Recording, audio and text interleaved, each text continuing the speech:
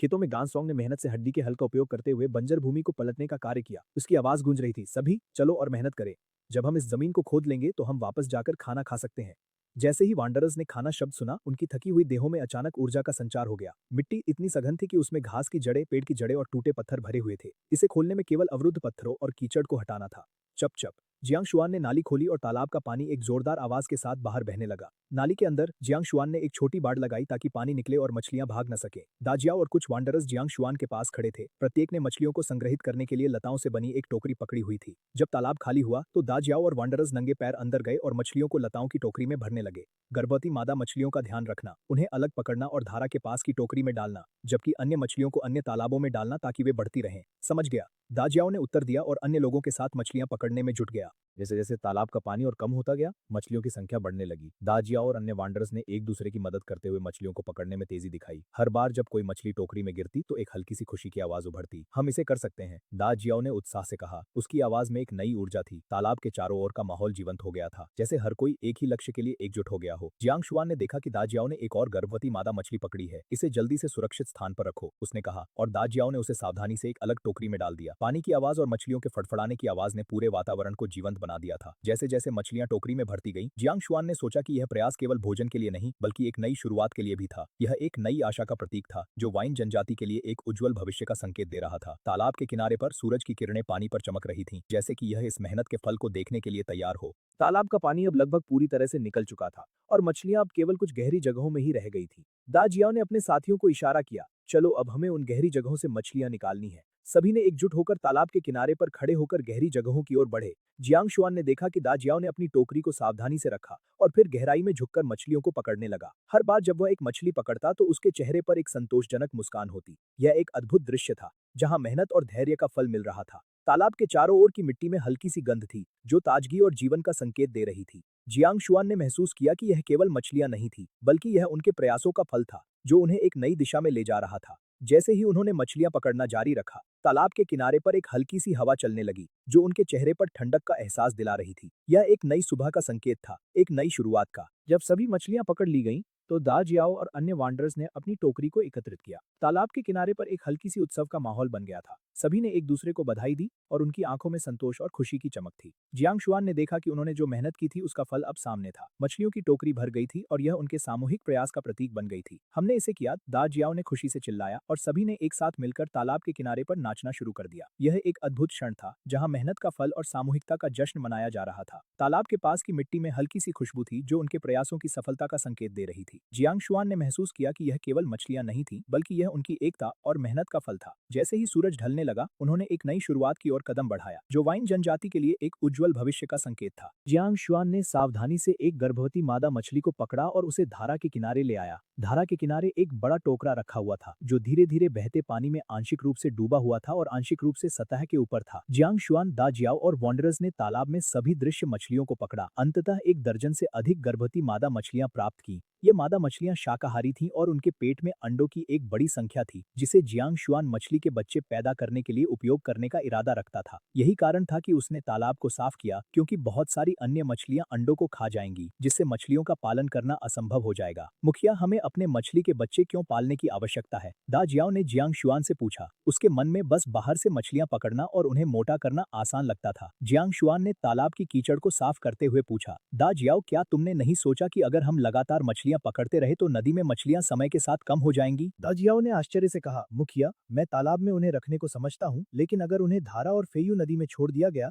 तो क्या मछलियां बस तैरकर चली नहीं जाएंगी? एक जनजाति के सदस्य के रूप में दाजियाओ को इस व्यवहार को समझना कठिन लगा। जियांग शुआन ने हंसते हुए कहा, अलग तरीके से सोचो मानस, हमारी जनजाति के अलावा कोई और नहीं है जो मछलियां पकड़ रहा हो। दाजियाओ ने थोड़ी देर के लिए चुप रहकर सोचा, फिर कहा, लेकिन अगर हम उन्हें छोड़ देंगे तो क्या वे वापस नहीं आएंगी? जियांग शुआन ने अपने विचारों को स्पष्ट करते हुए कहा, हम उन्हें छोड़ने के बाद भी वे अपनी प्राकृतिक प्रवृत्तियों के अनुसार वापस लौटेंगी। यह हमारे लिए एक स्थायी समाधान होगा। दाजियाओ ने जियांग शुआन की बातों को ध्यान से सुना, उसकी आंखों में एक नई उम्मीद की चमक आई। जियांग शुआन ने दाजियाओ को समझाते हुए कहा, देखो, अगर हम अपने मछली के बच्चों को पालेंगे और उन्हें हर साल छोड़ेंगे तो इससे मछलियों की संख्या बढ़ेगी। यह हमारे लिए एक स्थायी खाद्य स्रोत बनेगा। दाजियाओ ने अपनी आंखों में विश्वास की एक नई किरण देखी। लेकिन क्या यह सच में काम करेगा? उसने उत्सुकता से पूछा। जियांग शुआन ने मुस्कुराते हुए कहा, बिल्कुल, हमें बस धैर्य रखना होगा और प्रकृति के चक्र को समझना होगा। दाजियाओ ने सिर हिलाते हुए कहा, मैं समझता हूँ मुखिया, हम इस योजना को लागू करेंगे। जियांग शुआन ने उसे प्रोत्साहित करते हुए कहा, हम सब मिलकर इसे सफल बनाएंगे।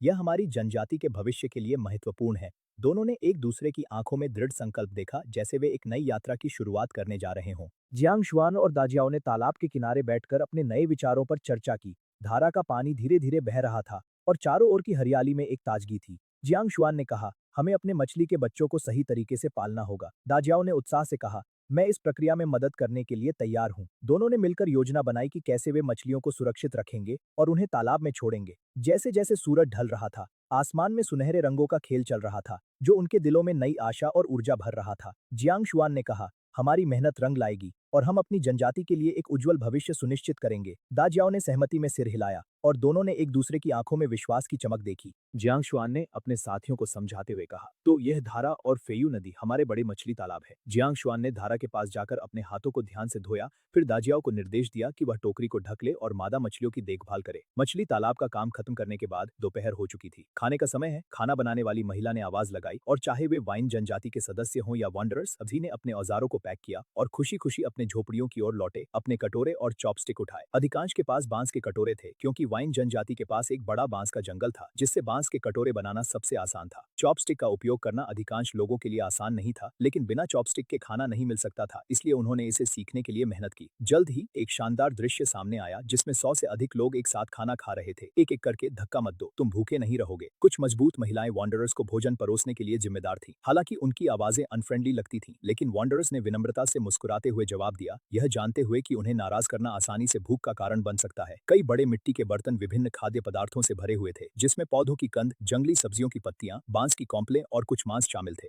जियांग शुआन ने तालाब की सफाई के बाद अपने हाथों को पानी में धोते हुए गहरी सांस ली। पानी की ठंडक उसके हाथों पर महसूस हो रही थी, जैसे कि वह थकावट को धोने की कोशिश कर रहा हो। उसकी आंखों में एक चमक थी, जो उसकी मेहनत के फल की उम्मीद कर रही थी। दाजियाओ ने पास खड़े होकर कहा, क्या हम सच में मछलियों को पकड़ पाएंगे? जियांग ने मुस्कुराते हुए कहा, हाँ, अगर हम सही तरीके से काम करें। तालाब के चारों ओर की हरियाली और ताजगी ने वातावरण को और भी जीवंत बना दिया था। जैसे जैसे धूप चढ़ रही थी, तालाब का पानी चमकने लगा और उसकी लहरें जैसे सूरज की किरणों को अपने में समेटने लगी। आसपास के पक्षियों की चहचहाहट और हवा की सरसराहट ने इस दृश्य को और भी खूबसूरत बना दिया। दाजियाओ ने अपनी आंखें बंद कर ली और उस पल को जीने की कोशिश की, जब सब कुछ सही था। जैसे ही उन्होंने तालाब के किनारे पर बैठकर मछलियों की गतिविधियों को देखा, उन्हें लगा जैसे प्रकृति उनके साथ खेल रही है। देखो, वहां, दाजियाओ ने अचानक चिल्लाते हुए कहा, क्या वह मछली नहीं है? जियांग ने ध्यान से देखा और कहा, हाँ, यह एक बड़ी मछली है, हमें इसे पकड़ना होगा। खाने के समय जब सभी लोग अपने अपने स्थानों पर बैठ गए, तो एक अद्भुत दृश्य सामने आया। महिलाएं, जो भोजन परोसने के लिए जिम्मेदार थीं, अपने हाथों में बड़े बर्तन लेकर आईं। उनके चेहरे पर एक गंभीरता थी, लेकिन उनकी आंखों में एक चमक थी। जैसे ही उन्होंने बर्तन खोले, एक सुगंधित भाप उठने लगी, जो सभी के दिलों को लुभा रही थी। विभिन्न प्रकार के खाद्य पदार्थों की महक ने सभी को अपनी ओर खींच लिया। जंगली सब्जियों की ताजगी, बांस की कॉम्पलों की मिठास और मांस की गंध ने सभी को भूख से भर दिया। लोग एक दूसरे की ओर देखने लगे, जैसे कि वे एक दूसरे से प्रतिस्पर्धा कर रहे हों कि कौन पहले अपना भोजन प्राप्त करेगा। एक एक करके, धक्का मत दो, एक मजबूत महिला ने चिल्लाते हुए कहा। उसकी आवाज में एक शक्ति थी, जो सभी को अनुशासित कर रही थी। दाजियाओ ने अपने कटोरे को भरते हुए कहा, यह खाना बहुत अच्छा लग रहा है। जियांग ने भी अपनी प्लेट में कुछ लिया और कहा, हमें इसे अच्छे से चखना चाहिए। जैसे जैसे लोग खाने लगे, हंसी और बातचीत की आवाजें गूंजने लगी। यह एक ऐसा पल था जब सभी ने एक साथ मिलकर जीवन का आनंद लिया। खाने के दौरान जैसे जैसे लोग अपने कटोरे भरते गए, तालाब के किनारे की हलचल उनके मन में एक नई ऊर्जा भर रही थी। जियांग शुआन ने अपने दोस्तों के साथ बैठकर खाने का आनंद लिया। वह सोच रहा था कि यह सब मेहनत का फल है। जैसे ही उसने मांस का एक टुकड़ा अपने मुंह में डाला, उसकी आंखों में संतोष की एक चमक आई। यह तो अद्भुत है, उसने कहा। दाजियाओ ने सहमति में सिर हिलाया और कहा, हमें और मेहनत करनी होगी ताकि हम और भी बेहतर खा सकें। इस पर सभी ने हंसते हुए सहमति जताई। महिलाएं, जो भोजन परोस रही थीं, उनके चेहरे पर एक गर्व था। उन्होंने अपने काम को पूरी निष्ठा से किया, यह जानते हुए कि उनका योगदान कितना महत्वपूर्ण है। जैसे जैसे भोजन समाप्त होता गया, बातचीत और हंसी की आवाजें और भी तेज होती गईं। लोग एक दूसरे के साथ अपने अनुभव साझा कर रहे थे और ये सब एक परिवार की तरह लग रहा था। यह एक ऐसा पल था जब सब कुछ सही था और सभी ने मिलकर एक दूसरे का साथ दिया। जैसे ही भोजन समाप्त हुआ, तालाब के किनारे की हलचल धीरे धीरे शांत होने लगी। लोग अपने कटोरे और चॉपस्टिक को एक तरफ रखकर आराम करने लगे। जियांग शुआन ने अपने दोस्तों के साथ बैठकर इस पल का आनंद लिया। उसने कहा, यह एक अद्भुत दिन था। दा जियाओ ने मुस्कुराते हुए कहा, हाँ, हमें इस तरह के और दिन चाहिए। महिलाएं जो भोजन परोसने में व्यस्त थीं अब आराम कर रही थीं। उनके चेहरे पर संतोष की एक हल्की मुस्कान थी। जैसे जैसे सूरज ढलने लगा, आसपास का वातावरण सुनहरी रोशनी में नहाने लगा। पक्षियों की चहचहाहट और हवा की सरसराहट ने इस शांतिपूर्ण पल को और भी खूबसूरत बना दिया। जियांग ने कहा, आओ हम सब मिलकर इस पल को याद करें। सभी ने सहमति में सिर हिलाया और एक दूसरे के साथ बैठकर इस खूबसूरत क्षण का आनंद लिया। यह एक ऐसा दिन था जब उन्होंने न केवल खाना खाया बल्कि एक दूसरे के साथ अपने रिश्तों को और मजबूत किया। यह सूप भले ही स्वादिष्ट नहीं था, लेकिन वांडरर्स को स्वाद की परवाह नहीं थी। वे बस अपने पेट भरने की चिंता कर रहे थे। जैसे ही उन्होंने खाना खाया, वांडरर्स ने एक कटोरी सूप का भी आनंद लिया। हालांकि उसमें ज्यादा सब्जियां नहीं थी, फिर भी वे इसके लिए प्रतिस्पर्धा कर रहे थे क्योंकि सूप में नमक और एक स्वादिष्ट स्वाद था। वाइन ट्राइब में आने से पहले उन्होंने कभी नहीं सोचा था कि हर दिन नमक खाना कितना सुखद हो सकता है। उनके लिए खाना और नमक एक आशीर्वाद था। किसे स्वाद की परवाह थी। जियांग शुआन भी बांस के झोपड़े में वापस आया। उसका खाना वांडरर्स से बेहतर था, जिसमें अधिक मांस और बेहतर स्वाद था। उसके पास एक मिट्टी का कटोरा और बांस की बारीक चॉपस्टिक थी। जियांग शुआन ने अपने कटोरे को खाने से भर दिया, बाहर आया, एक चिकनी चट्टान पर बैठ गया, धूप का आनंद लेते हुए, दृश्य को निहारते हुए और आराम से खा रहा था। यह दिन का एक दुर्लभ आरामदायक क्षण था। नानशिंग जियांग शुआन के पास बैठा था, जबकि ची शाओ, गौ तेंग और शी क्यू शिकार पर गए थे और जल्दी लौटने वाले नहीं थे। जैसे ही जियांग शुआन खा रहा था, अचानक उसने आसमान में एक बड़े पक्षियों के झुंड को देखा जो धीरे धीरे नीचे आ रहे थे। ऐसा लग रहा था कि वे वाइन ट्राइब में उतरने वाले हैं। जियांग शुआन तुरंत खड़ा हो गया। अपनी तेज दृष्टि से उसने देखा कि बड़े पक्षियों की पीठ पर कई चीजें थी, शायद लोग भी। ये लोग कौन हैं? वे क्या चाहते हैं? जियांग शुआन का दिल संदेह से भर गया और उसने आसमान को चौकसी से देखा। जियांग शुआन ने आसमान में उड़ते हुए पक्षियों को देखा, जो धीरे धीरे नीचे आ रहे थे। उसकी आंखों में उत्सुकता और चिंता का मिश्रण था।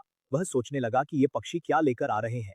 क्या ये कोई संदेश है या फिर कोई खतरा? उसके मन में सवालों की बौछार होने लगी। उसने अपने चारों ओर देखा। नानशिंग उसके पास बैठा था, लेकिन वह भी पक्षियों की ओर देख रहा था। जियांग शुआन ने नानशिंग की आंखों में वही चिंता देखी। जैसे जैसे पक्षियों का झुंड करीब आता गया, हवा में हल्की सी खामोशी छा गई। पक्षियों के पंखों की फड़फड़ाहट सुनाई दे रही थी, जो एक अजीब सी ध्वनि पैदा कर रही थी। जियांग शुआन ने अपने दिल की धड़कन को महसूस किया, जैसे वह किसी अनजान खतरे का सामना कर रहा हो। उसने अपने हाथों में चॉपस्टिक को मजबूती से पकड़ा, जैसे वह किसी भी स्थिति का सामना करने के लिए तैयार हो। आसमान में पक्षियों की संख्या बढ़ती गई और जियांग शुआन की आंखों में चमक बढ़ गई। वह सोचने लगा, क्या ये लोग मित्र हैं या शत्रु? उसके मन में संदेह और जिज्ञासा का एक तूफान चल रहा था। जियांग शुआन ने पक्षियों की झुंड को ध्यान से देखा। जैसे जैसे वे नीचे आते गए, उसकी धड़कन तेज होती गई। उसने महसूस किया कि पक्षियों की पीठ पर कुछ वस्तुएं थीं, जो धीरे धीरे स्पष्ट होने लगी। नानशिंग ने जियांग शुआन की ओर देखा और कहा, क्या तुम सोचते हो कि हमें कुछ करना चाहिए? जियांग शुआन ने सिर हिलाया, हमें सावधान रहना चाहिए। उसके शब्दों में एक गंभीरता थी जो उसके दिल की गहराइयों से आ रही थी। जैसे जैसे पक्षी और करीब आए, जियांग शुआन ने अपने शरीर को तान लिया, जैसे वह किसी भी क्षण कूदने के लिए तैयार हो। आसमान में पक्षियों की आवाजें गूंज रही थीं और जियांग शुआन की आंखों में एक अद्भुत चमक थी। वह जानता था कि यह क्षण उनके जीवन में एक महत्वपूर्ण मोड़ हो सकता है। जियांग शुआन ने पक्षियों के झुंड को करीब से देखा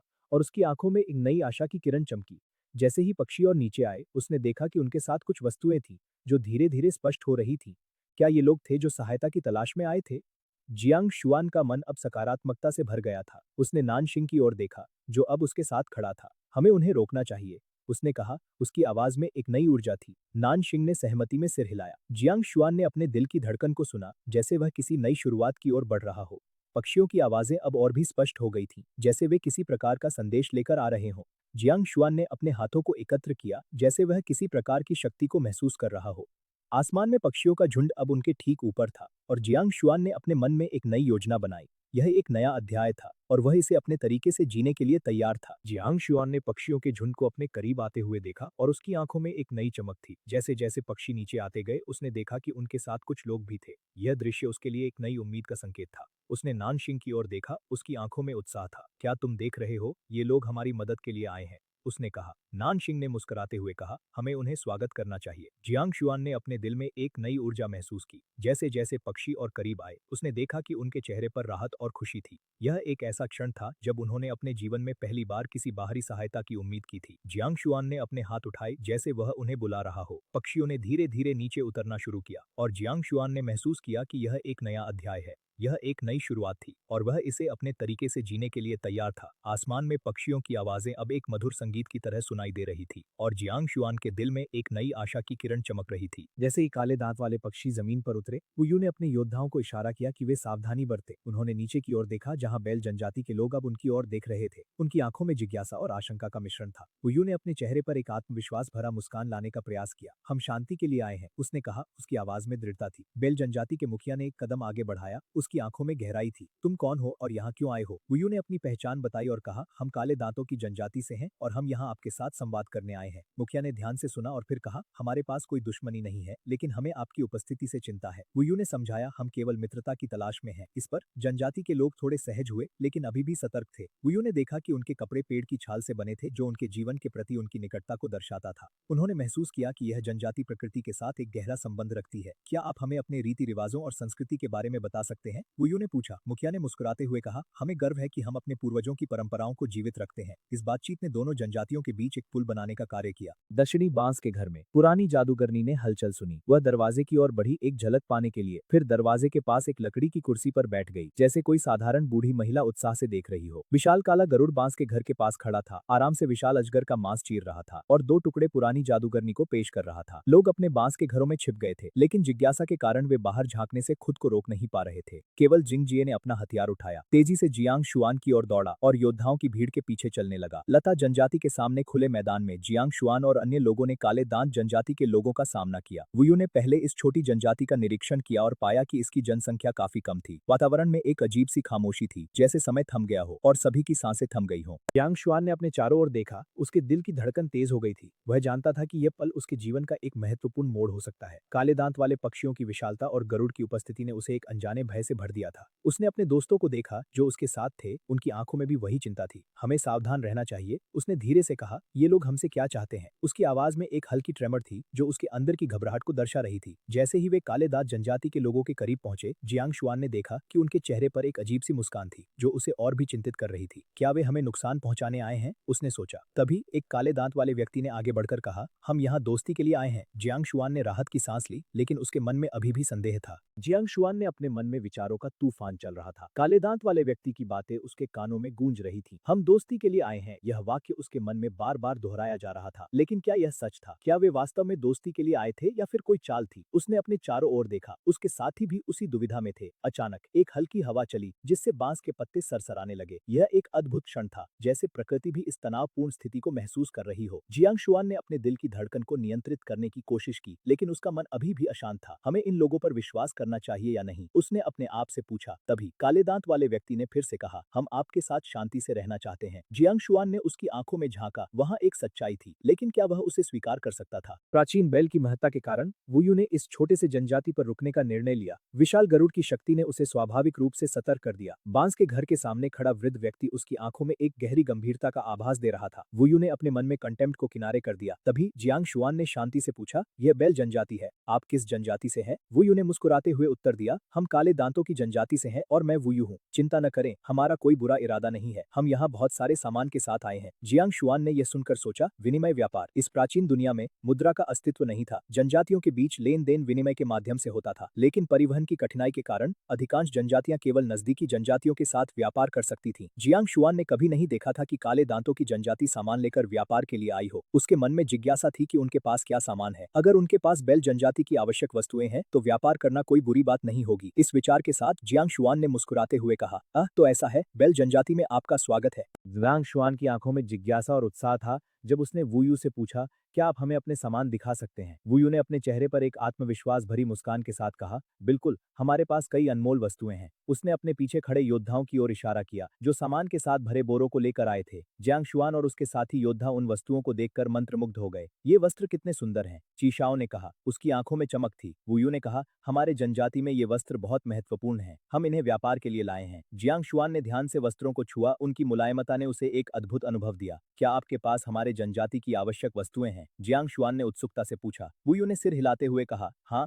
हमारे पास कुछ औषधियां हैं जो आपके लिए उपयोगी हो सकती हैं। जियांग शुआन ने वुयू की आंखों में गहराई से देखा और कहा, हमारी जनजाति के पास कुछ विशेष वस्तुएं हैं जो आपके सामान के साथ व्यापार में सहायक हो सकती हैं। वुयू ने आश्चर्य से पूछा, क्या आप मुझे अपने सामान दिखा सकते हैं? जियांग शुआन ने मुस्कुराते हुए कहा, बिल्कुल, हमारे पास कुछ अनमोल औषधियां और उपकरण हैं। उसने इशारा किया और उसके साथी ने एक बोर को खोला। जैसे ही बोर खुला, एक सुगंधित धुंध हवा में फैल गई। यह एक अद्भुत अनुभव था, जैसे कि प्रकृति ने अपने रहस्यों को उजागर किया हो। वुयू ने ध्यान से औषधियों को देखा, उनकी रंगीनता और सुगंध ने उसे मंत्रमुग्ध कर दिया। ये औषधियां कितनी अद्भुत हैं, उसने कहा। जियांग शुआन ने गर्व से कहा, ये हमारी जनजाति के लिए बहुत महत्वपूर्ण है। वुयू ने सोचा कि अगर वह इन औषधियों को अपने जनजाति के लिए ले जा सका तो यह एक बड़ा लाभ होगा। जियांग शुआन ने कहा, अगर आप तैयार हैं तो हम व्यापार कर सकते हैं। वुयू ने अपने मन में व्यापार की संभावनाओं को संजोया। उसने जियांग शुआन से कहा, क्या आप मुझे अपने जनजाति के नेता से मिलवा सकते हैं? जियांग शुआन ने उत्तर दिया, मैं ही बेल जनजाति का नेता हूँ, मेरा नाम शुआन है। वुयू को यह सुनकर आश्चर्य हुआ। उसने सोचा, यह युवा नेता कैसे हो सकता है? लेकिन जियांग शुआन की आंखों में आत्मविश्वास और दृढ़ता थी। उसने ची शाओ की ओर इशारा किया, यह हमारी जनजाति की जादूगरनी है। वुयू ने फिर से आश्चर्य व्यक्त किया। उसने कभी नहीं सोचा था कि इतनी युवा जादूगरनी हो सकती है। लेकिन जियांग शुआन और उसके साथी की सहजता ने उसे विश्वास दिलाया कि वे झूठ नहीं बोल रहे हैं। वुयू ने कहा, आपकी जनजाति में बहुत शक्ति है। जियांग शुआन ने मुस्कुराते हुए कहा, हमारी जनजाति एकजुट है और हम हमेशा अपने लोगों की रक्षा करते हैं। जियांग शुआन की बातों में एक गहरी सच्चाई थी जो वुयू को प्रभावित कर गई। उसने महसूस किया कि यह जनजाति केवल एक सामान्य जनजाति नहीं है, बल्कि उनके पास एक अद्भुत शक्ति और एकता है। वुयू ने सोचा, अगर मैं इस जनजाति के साथ व्यापार करूंगा तो यह मेरे जनजाति के लिए लाभकारी होगा। जियांग शुआन ने कहा, हमारी जनजाति में हर कोई एक दूसरे का समर्थन करता है, हम एक परिवार की तरह हैं। वुयू ने उसकी आंखों में एक चमक देखी, जो उसके शब्दों की सच्चाई को दर्शा रही थी। उसने कहा, मैं आपकी जनजाति के साथ व्यापार करने के लिए तैयार हूं। जियांग शुआन ने मुस्कुराते हुए कहा, तो चलिए, हम इस व्यापार को शुरू करते हैं। जैसे ही उन्होंने हाथ मिलाया, एक नई शुरुआत की भावना हवा में तैरने लगी। वुयू ने महसूस किया कि यह व्यापार केवल वस्तुओं का लेन देन नहीं है, बल्कि एक नई मित्रता की शुरुआत है। जियांग शुआन ने वुयू की बातों को गहराई से समझा और उसके मन में विचारों का एक तूफान चल रहा था। वह सोचने लगा कि क्या वास्तव में काले दांतों की जनजाति के पास ऐसे अद्भुत वस्त्र हैं जो विसी जनजाति के लिए फायदेमंद हो सकते हैं। वुयू ने कहा, ये सभी सामान हमारे जंगलों से प्राप्त किए गए हैं और हम इन्हें व्यापार के लिए लाए हैं। जियांग शुआन ने ध्यान से देखा और उसे यह समझ में आया कि यह जनजाति न केवल अपने कपड़ों के लिए जानी जाती है, बल्कि उनके पास एक समृद्ध संस्कृति और संसाधनों का भंडार भी है। उसने वुयू से कहा, आपकी जनजाति के पास बहुत सारी चीजें हैं, लेकिन क्या आप हमें यह बता सकते हैं कि इनमें से कौन सी वस्तुएं सबसे मूल्यवान हैं? वुयू ने एक चमकीले आभूषण की ओर इशारा करते हुए कहा, यह आभूषण हमारे लिए बहुत खास है क्योंकि यह हमारे पूर्वजों की विरासत है। जियांग शुआन ने उस आभूषण को ध्यान से देखा। उसकी चमक और बारीकी ने उसे मंत्रमुग्ध कर दिया। वह सोचने लगा कि इस आभूषण के पीछे कितनी कहानियां छिपी होंगी। वुयू ने कहा, हम इसे केवल विशेष अवसरों पर पहनते हैं और यह हमारे लिए गर्व का प्रतीक है। जियांग शुआन ने महसूस किया कि इस जनजाति की संस्कृति में गहराई है और वह उनके साथ व्यापार करने के लिए और अधिक इच्छुक हो गया। इस वार्तालाप के दौरान दोनों जनजातियों के बीच एक नया रिश्ता बन रहा था, जो भविष्य में सहयोग की संभावनाओं को जन्म दे रहा था। जियांग शुआन ने काले दांतों की जनजाति के लोगों को बांस के घर की ओर ले जाते हुए वहां की जीवंतता और वातावरण को महसूस किया। बांस के घर की दीवारें हरी पत्तियों से ढकी हुई थी और चारों ओर बांस की खुशबू फैली हुई थी। वुयू ने देखा कि इस छोटे से जनजाति के पास मिट्टी के बर्तन हैं जो उसकी आंखों को आश्चर्यचकित कर रहे थे। इतने छोटे जनजाति के पास इतनी मात्रा में बर्तन होना वास्तव में एक अद्भुत बात थी। वुयू ने बर्तनों की बनावट पर ध्यान दिया, जो कि साधारण लेकिन खूबसूरत थे। जियांग शुआन ने थोड़ी शर्मिंदगी के साथ कहा, हमारी वाइन जनजाति अपेक्षाकृत गरीब है, हमारे पास आपको देने के लिए ज्यादा खाना नहीं है। यह सुनकर वुयू ने मुस्कुराते हुए कहा, कोई बात नहीं, हमने अपना खाना लाया है। वुयू ने महसूस किया कि छोटे जनजातियों के पास अक्सर खाने की कमी होती है और जब वे मेहमानों का स्वागत करते हैं तो उनका खाना उतना स्वादिष्ट नहीं होता। फिर वुयू ने जियांग शुआन से पूछा, क्या यह विशाल गरुड़ आपकी जनजाति द्वारा पाला गया है? उसकी जिज्ञासा बढ़ गई, क्योंकि उसके अनुसार एक शक्तिशाली प्राणी जैसे विशाल गरुड़ को एक छोटी और कमजोर जनजाति द्वारा पालतू बनाना कठिन था। जब वुयू ने बांस के घर के अंदर कदम रखा तो उसे एक अलग ही दुनिया का अनुभव हुआ। दीवारों पर मिट्टी के बर्तनों की सजावट और चारों ओर फैली हुई बांस की खुशबू ने उसे एक अद्भुत एहसास कराया। वहां का वातावरण गर्म और आमंत्रित करने वाला था, जैसे कि हर चीज एक कहानी कह रही हो। जियांग शुआन ने उसे बर्तनों के बारे में बताया, हमारे पास बहुत सारे बर्तन हैं, लेकिन हमारी तकनीक सीमित है। वुयू ने ध्यान से सुना। उसकी आंखों में जिज्ञासा और सम्मान था। उसने सोचा कि भले ही ये बर्तन साधारण थे, लेकिन इनकी बनावट में एक अद्वितीयता थी। आपकी जनजाति ने इतनी मेहनत से इन्हें बनाया है। उसने कहा, ये बर्तन आपकी संस्कृति को दर्शाते हैं। जियांग शुआन ने सिर झुकाया। उसकी आंखों में गर्व और थोड़ी शर्मिंदगी थी। उन्होंने कहा, हमारी जनजाति गरीब है, लेकिन हम अपने तरीके से जीने की कोशिश करते हैं। वुयू ने महसूस किया कि यहाँ की सरलता में एक गहरी सुंदरता थी जो उसे आकर्षित कर रही थी। बातचीत के दौरान वुयू ने जियांग शुआन से पूछा, क्या आपके पास खाने के लिए कुछ विशेष है? जियांग शुआन ने हल्की मुस्कान के साथ कहा, हमारे पास बहुत कुछ नहीं है, लेकिन हम जो भी करते हैं दिल से करते हैं। वुयू ने महसूस किया कि यहाँ का हर व्यक्ति अपने जीवन में संतुष्ट है, भले ही उनके पास भौतिक संपत्ति की कमी हो। उन्होंने बांस के घर के चारों ओर नजर दौड़ाई, जहाँ बच्चे खेल रहे थे और महिलाएं बर्तन बना रही थी। वहाँ का माहौल खुशियों से भरा हुआ था, जैसे कि हर कोई अपने छोटे से संसार में खुश था। वुयू ने सोचा कि यह जनजाति अपनी सीमाओं के भीतर जीने में खुश है और यह उनके लिए सबसे महत्वपूर्ण है। जियांग शुआन ने फिर कहा, हमारे पास एक विशाल गरुड़ है जो हमारे लिए गर्व का प्रतीक है। वुयू ने गरुड़ की ओर देखा, जो मजेस्टिकली आसमान में उड़ रहा था। उसकी उपस्थिति ने उस छोटे से जनजाति की ताकत और आत्मविश्वास को दर्शाया। जियांग शुआन ने ईमानदारी से कहा, यह विशाल गरुड़ हमारा नहीं है, उसने आगे बताया। हमारे कबीले में एक दूर का बुजुर्ग रहता है और वह गरुड़ लेकर आया था। वुयू ने सिर हिलाया। उसकी आंखों में समझदारी की चमक थी। उसने सोचा यह सच है, एक छोटे से कबीले के पास इतना बड़ा गरुड़ रखने की क्षमता नहीं हो सकती। जियांग शुआन ने कुछ पल सोचा। भोजन और मनोरंजन जैसी वस्तुएं वाइन कबीले को जरूरत नहीं थी, न ही उनके पास व्यापार के लिए समकक्ष मूल्य था। क्या आपके पास खाने वाले पौधों के बीज हैं, कंद या पौधों के अंकुर भी चलेगा? वुयू चौंक गया। उसने कई कबीलों के साथ व्यापार किया था, लेकिन यह पहली बार था जब उसने ऐसा अनुरोध सुना। हाँ बिल्कुल, ऐसे पौधे जो खाए जा सकें और जिन्हें उगाना आसान हो। यदि आपके पास बीज हैं तो मैं आपके साथ व्यापार करने के लिए तैयार हूँ। जियांग शुआन ने आगे समझाया। हमारा कबीला छोटा और कमजोर है, पहाड़ों में शिकार करने से कई हताहत होते हैं, इसलिए हमने खाने की फसलें उगाने के लिए बहुत सारी जमीन साफ की है। जियांग शुआन ने कुछ पल सोचा। भोजन और मनोरंजन जैसी वस्तुएं वाइन कबीले को जरूरत नहीं थी, न ही उनके पास व्यापार के लिए समकक्ष मूल्य था। क्या आपके पास खाने वाले पौधों के बीज हैं, कंद या पौधों के अंकुर भी चलेगा? वुयू चौंक गया। उसने कई कबीलों के साथ व्यापार किया था, लेकिन यह पहली बार था जब उसने ऐसा अनुरोध सुना। हाँ बिल्कुल, ऐसे पौधे जो खाए जा सकें और जिन्हें उगाना आसान हो। यदि आपके पास बीज हैं तो मैं आपके साथ व्यापार करने के लिए तैयार हूँ। जियांग शुआन ने आगे समझाया। हमारा कबीला छोटा और कमजोर है, पहाड़ों में शिकार करने से कई हताहत होते हैं, इसलिए हमने खाने की फसलें उगाने के लिए बहुत सारी जमीन साफ की है। जियांग शुआन की बातों में सच्चाई थी, हालांकि उसने यह नहीं बताया कि वाइन कबीले ने खेती की तकनीकों में महारत हासिल कर ली थी और अब जमीन खाली थी। वुयू निश्चित रूप से यह नहीं सोचता था कि वाइन कबीला खेती के माध्यम से बड़े पैमाने पर भोजन प्राप्त कर सकेगा। वुयू की भौहें चिढ़ गईं, क्योंकि वह जो व्यापार करना चाहता था वह उच्च मूल्य की वस्तुएं थी, जैसे नमक, कपड़े, रत्न, ऐसी चीजें जो पर्याप्त लाभ कमा सकें, न कि बीजों। बीजों की कीमत बहुत कम थी क्योंकि जनजातियों के लोग उनकी ज्यादा कदर नहीं करते थे, लेकिन इतनी दूर आकर खाली हाथ लौटना वुयू के लिए अस्वीकार्य था। वह हर जनजाति में कुछ न कुछ व्यापार करने का आदी था, चाहे वह कितना भी छोटा लाभ क्यों न हो। बीजों का व्यापार शायद कम लाभ दे, लेकिन कुछ भी न कमाने से बेहतर है। वुयू ने ध्यान से सोचा और कहा, हाल ही में हमने एक जनजाति के साथ एक पौधे के बीजों का व्यापार किया जिसे रूबी कहा जाता है, जिसे पकाने के बाद खाया जा सकता है, लेकिन मैं यह सुनिश्चित नहीं कर सकता कि आप उन्हें उगा सकेंगे। जियांग शुआन ने पूछा, क्या मैं पहले देख सकता हूँ कि वे कैसे दिखते हैं? वुयू ने सिर हिलाया और अपने पीछे खड़े एक योद्धा को इशारा किया कि वह उन्हें लाए। थोड़ी ही देर में योद्धा एक छोटे जानवर की खाल के थैले के साथ लौट आया। वुयू ने जानवर की खाल का थैला लिया, रस्सी को खोला, थैले को खोला और एक मुट्ठी बीज निकाल लिए। शुआन नेता, देखिए, ये हैं रूबी के बीज। जियांग शुआन ने उन बीजों को देखा जो वुयू ने पकड़े हुए थे। वे कबूतर के अंडों के आकार के थे और दिखने में खजूर की तरह थे। वुयू ने जियांग शुआन के निर्णय को सुनकर राहत की सांस ली। उसके चेहरे पर एक हल्की मुस्कान थी, जैसे कि उसने एक कठिन सौदा सफलतापूर्वक किया हो।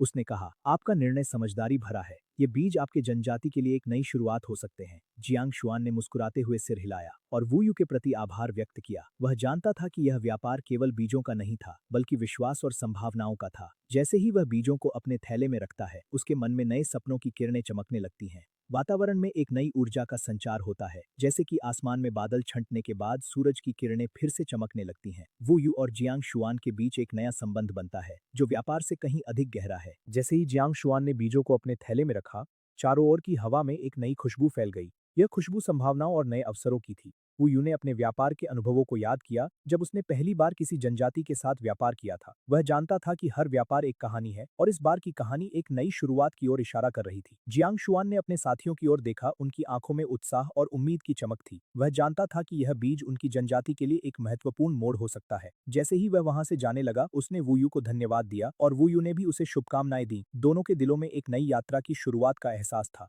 जैसे ही वे अपने अपने रास्तों पर बढ़ते हैं, उनके मन में एक नई आशा की किरण जगमगाती है। जियांग शुआन ने एक चमकदार लाल बीज को ध्यान से देखा। यह बीज, जिसे रूबी कहा जाता था, उसके हाथ में एक अनमोल वस्तु की तरह महसूस हो रहा था। उसने यजिया कसरम में ए बीज दौतीरा बीज किस प्रकार का पौधा बनेगा। उसने बीज को सूंघने की कोशिश की, लेकिन उसमें कोई सुगंध नहीं थी। वुयू ने देखा कि जियांग शुआन कुछ हिचकिचा रहा है और उसने तुरंत कहा, शुआन नेता, यह बहुत स्वादिष्ट है, मेरे पीछे खड़े योद्धाओं से पूछिए, सभी इसे पसंद करते हैं। जियांग के मन में यह विचार आया कि क्या यह बीज उगाया जा सकता है या नहीं। उसने कहा, लेकिन हमारे कबीले के पास व्यापार के लिए कुछ भी मूल्यवान नहीं है। वुयू ने चारों ओर देखा और कहा, हम सब कुछ लेते हैं, जानवरों की खाल, दांत, हड्डियां, सब ठीक है। उसने दीवार पर लटके जंगली सुअर के दांतों की ओर इशारा किया और कहा, ये दांत अच्छे लगते हैं। जियांग ने सोचा कि ये दांत तो बहुत कठिनाई से मिले थे और उसने तुरंत सिर हिलाया। वुयू ने कहा, चलो 2 जोड़े दांतों के लिए, और नहीं तो सौदा नहीं होगा। जियांग ने अंततः सहमति दी और वुयू ने खुशी खुशी दांतों को लिया। जियांग शुआन ने वुयू के साथ बातचीत को ध्यान से सुना। उसके मन में यह विचार चल रहा था कि क्या यह वास्तव में इस बीज को उगा सकेगा। वुयू की बातें उसके कानों में गूंज रही थी। यह बीज बहुत स्वादिष्ट है और इसे उगाने में कोई कठिनाई नहीं होगी, लेकिन जियांग को यह समझ में नहीं आ रहा था कि क्या यह बीज वास्तव में उतना मूल्यवान था। उसने अपने कबीले के बारे में में सोचा जहाँ कोई भी मूल्यवान वस्तु नहीं थी। वू यू ने फिर से कहा, हमारी जनजाति ने इसे बहुत दूर से प्राप्त किया है। जियांग ने सोचा, क्या यह सच है? उसने अपनी आंखों में संदेह की चमक देखी। वू यू ने उसकी आंखों में झांकते हुए कहा, आपको विश्वास करना चाहिए, यह सौदा आपके लिए लाभकारी होगा। जियांग ने दीवार पर लटके जंगली सुअर के दांतों को देखा जो चमकदार और भव्य थे। उसने सोचा, क्या यह दांत वास्तव में इतने मूल्यवान है? लेकिन उसके मन में यह भी था कि यदि वह इस बीज को उगाने में सफल होता है तो यह उसके कबीले के लिए एक नई शुरुआत हो सकती है। उसने अंततः अपने मन को मजबूत किया और कहा, ठीक है, 2 जोड़े दांत। वू यू की आंखों में चमक आ गई। वू यू ने जियांग शुआन को बीज का थैला सौंपते हुए कहा, आपको विश्वास करना चाहिए, आप इस सौदे पर पछताएंगे नहीं। जियांग ने बीज को अपने हाथों में लिया और उसके मन में आशा की किरण जगी। उसने सोचा, यदि यह बीज सच में उगता है तो हमारे कबीले के पास खाने के लिए अंतहीन रूबी होंगे। लेकिन उसके मन में एक डर भी था, क्या वह इस बीज को सही तरीके से उगा सकेगा? उसने बीज को ध्यान से देखा, उसकी लालिमा और चमक ने उसे आकर्षित किया। वू यू ने फिर से कहा, आप देखेंगे, यह बीज आपके कबीले को समृद्ध करेगा। जियांग ने अपनी आंखों में विश्वास की एक झलक दिखाई, लेकिन उसके दिल में संदेह का एक काला बादल था। उसने सोचा, क्या यह सच में संभव है? वू यू की बातें उसके मन में गूंज रही थीं और उसने अपने दिल की धड़कन को सुना। वह जानता था कि यह एक बड़ा जोखिम था, लेकिन उसने अपने कबीले के भविष्य के लिए यह जोखिम उठाने का निर्णय लिया। उसने बीज को अपने पास रखा और कहा, आशा करते हैं कि यह सफल होगा।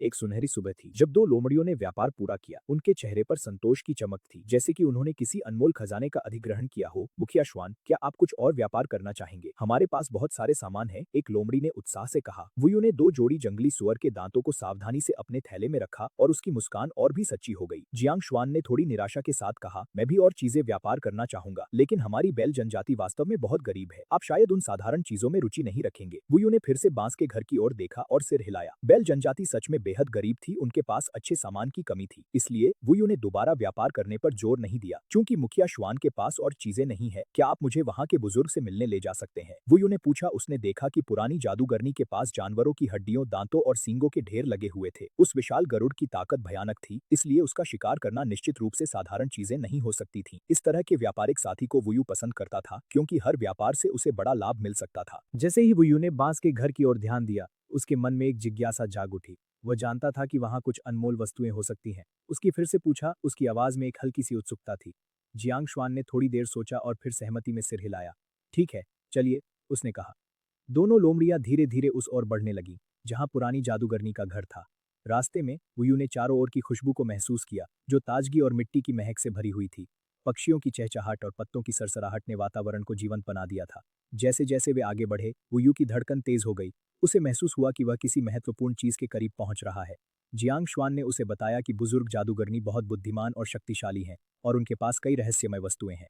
यह सुनकर वुयू की जिज्ञासा और भी बढ़ गई। जब वे जादूगरनी के घर के पास पहुंचे तो वुयू ने देखा कि वहां जानवरों की हड्डियों और दांतों का एक बड़ा ढेर था। यह दृश्य उसे अजीब सा लगा, लेकिन साथ ही साथ उसकी आंखों में चमक भी थी। यहाँ की वस्तुएं कितनी अद्भुत हैं, उसने कहा। उसकी आवाज में एक अद्भुत उत्साह था। जियांग श्वान ने बताया कि ये सब वस्तुएं उस विशाल गरुड़ के शिकार से आई हैं। वुयू ने सोचा कि अगर वह इन वस्तुओं का सही मूल्यांकन कर सके तो यह उसके लिए एक बड़ा लाभ हो सकता है। जैसे ही वे जादूगरनी के दरवाजे पर पहुंचे, वुयू ने एक गहरी सांस ली। दरवाजा खुला और एक पुरानी महिला बाहर आई। उसकी आंखों में गहरी समझ और ज्ञान की चमक थी। तुम कौन हो? उसने पूछा। उसकी आवाज में एक रहस्यमयता थी। वुयू ने खुद को प्रस्तुत किया और अपनी इच्छाओं को स्पष्ट किया। जादूगरनी ने उसे ध्यान से सुना और फिर मुस्कुराई। तुम्हें यहाँ आने का कारण समझ में आता है, उसने कहा। जादूगरनी की मुस्कान में एक रहस्य छिपा था। तुम्हें यहाँ की वस्तुओं की शक्ति का एहसास है, उसने पूछा। उसकी आवाज में एक गहरी गूंज थी। वुयू ने सिर हिलाया। उसकी आंखों में उत्सुकता और आशा की चमक थी। ये वस्तुएं केवल हड्डियां और दांत नहीं है, ये उन जीवों की आत्माएं हैं जो इनसे जुड़ी हुई हैं, जादूगरनी ने कहा। वुयू ने ध्यान से सुना। उसकी दिल की धड़कन तेज हो गई। अगर तुम इनका सही उपयोग कर सको तो ये तुम्हें शक्ति दे सकती हैं, उसने कहा। वुयू ने महसूस किया कि यह एक अवसर है जिसे उसे नहीं छोड़ना चाहिए। जादूगरनी ने उसे कुछ वस्तुएं दिखाईं जो चमकदार और रहस्यमय थी। इनका मूल्य केवल भौतिक नहीं है बल्कि आध्यात्मिक भी है, उसने समझाया। वुयू ने अपनी आंखों में चमक देखी, जैसे कि वह किसी गहरे रहस्य को समझने लगा हो।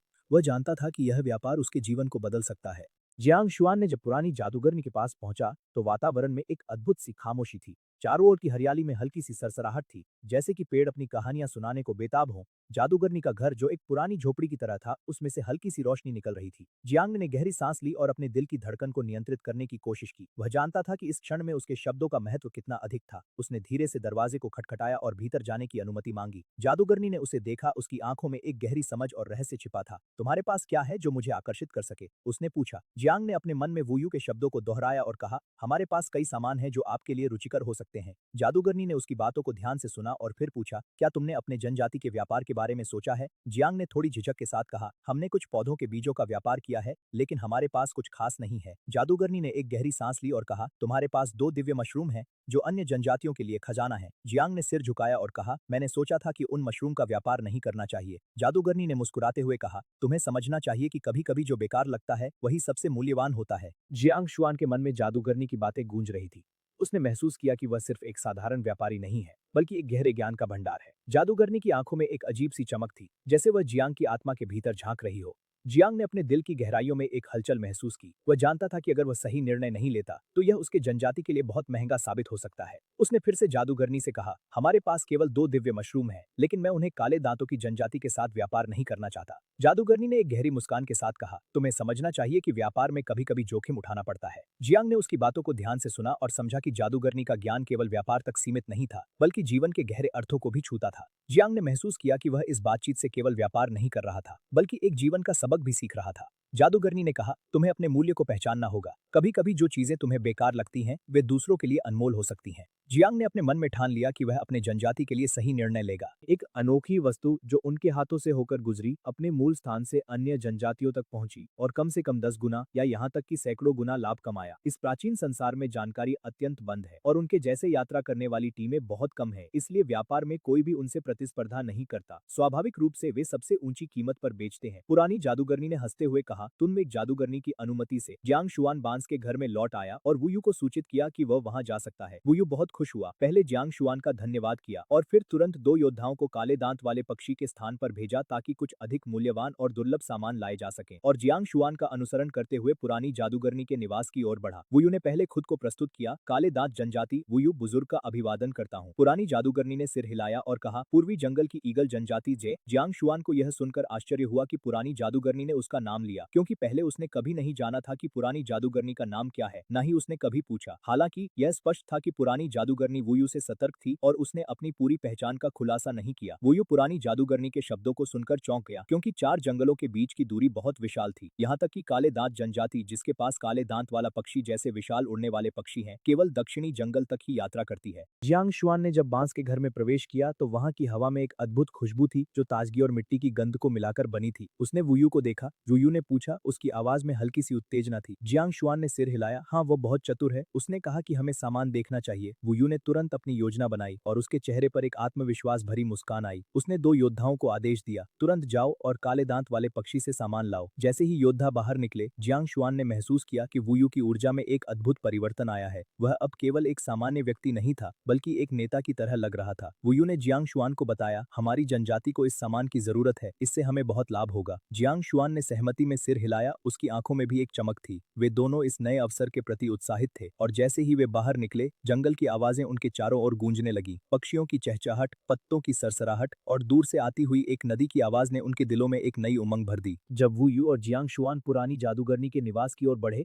तो वातावरण में एक रहस्यमय सा बदलाव आया। जैसे जैसे वे आगे बढ़े, जंगल की हरियाली गहरी होती गई और हवा में एक गहरी समझ थी। वुयू ने पहले खुद को प्रस्तुत किया, काले दांत जनजाति वुयू बुजुर्ग का अभिवादन करता हूँ। पुरानी जादूगरनी ने सिर हिलाया और कहा, पूर्वी जंगल की ईगल जनजाति जे। जियांग शुआन को यह सुनकर आश्चर्य हुआ, क्योंकि उसने कभी नहीं सोचा था कि पुरानी जादूगरनी उसके नाम को जानती है। यह एक संकेत था कि वह कितनी ज्ञानी थी। वुयू ने पुरानी जादूगरनी की ओर देखा, उसकी आंखों में एक सवाल था, आपने मेरा नाम कैसे जाना? पुरानी जादूगरनी ने मुस्कुराते हुए कहा, इस दुनिया में बहुत कुछ है जो तुम नहीं जानते। यह सुनकर वुयू के मन में जिज्ञासा और बढ़ गई। वह जानना चाहता था कि पुरानी जादूगरनी के पास और कौन से रहस्य हैं। जियांग शुआन ने महसूस किया कि यह एक महत्वपूर्ण क्षण था और वह इस बातचीत को ध्यान से सुन रहा था। जैसे ही वुयू और जियांग शुआन ने पुरानी जादूगरनी के साथ अपनी बातचीत समाप्त की, उनके मन में कई विचार चल रहे थे। वुयू ने महसूस किया कि यह अवसर उनके लिए कितना महत्वपूर्ण था।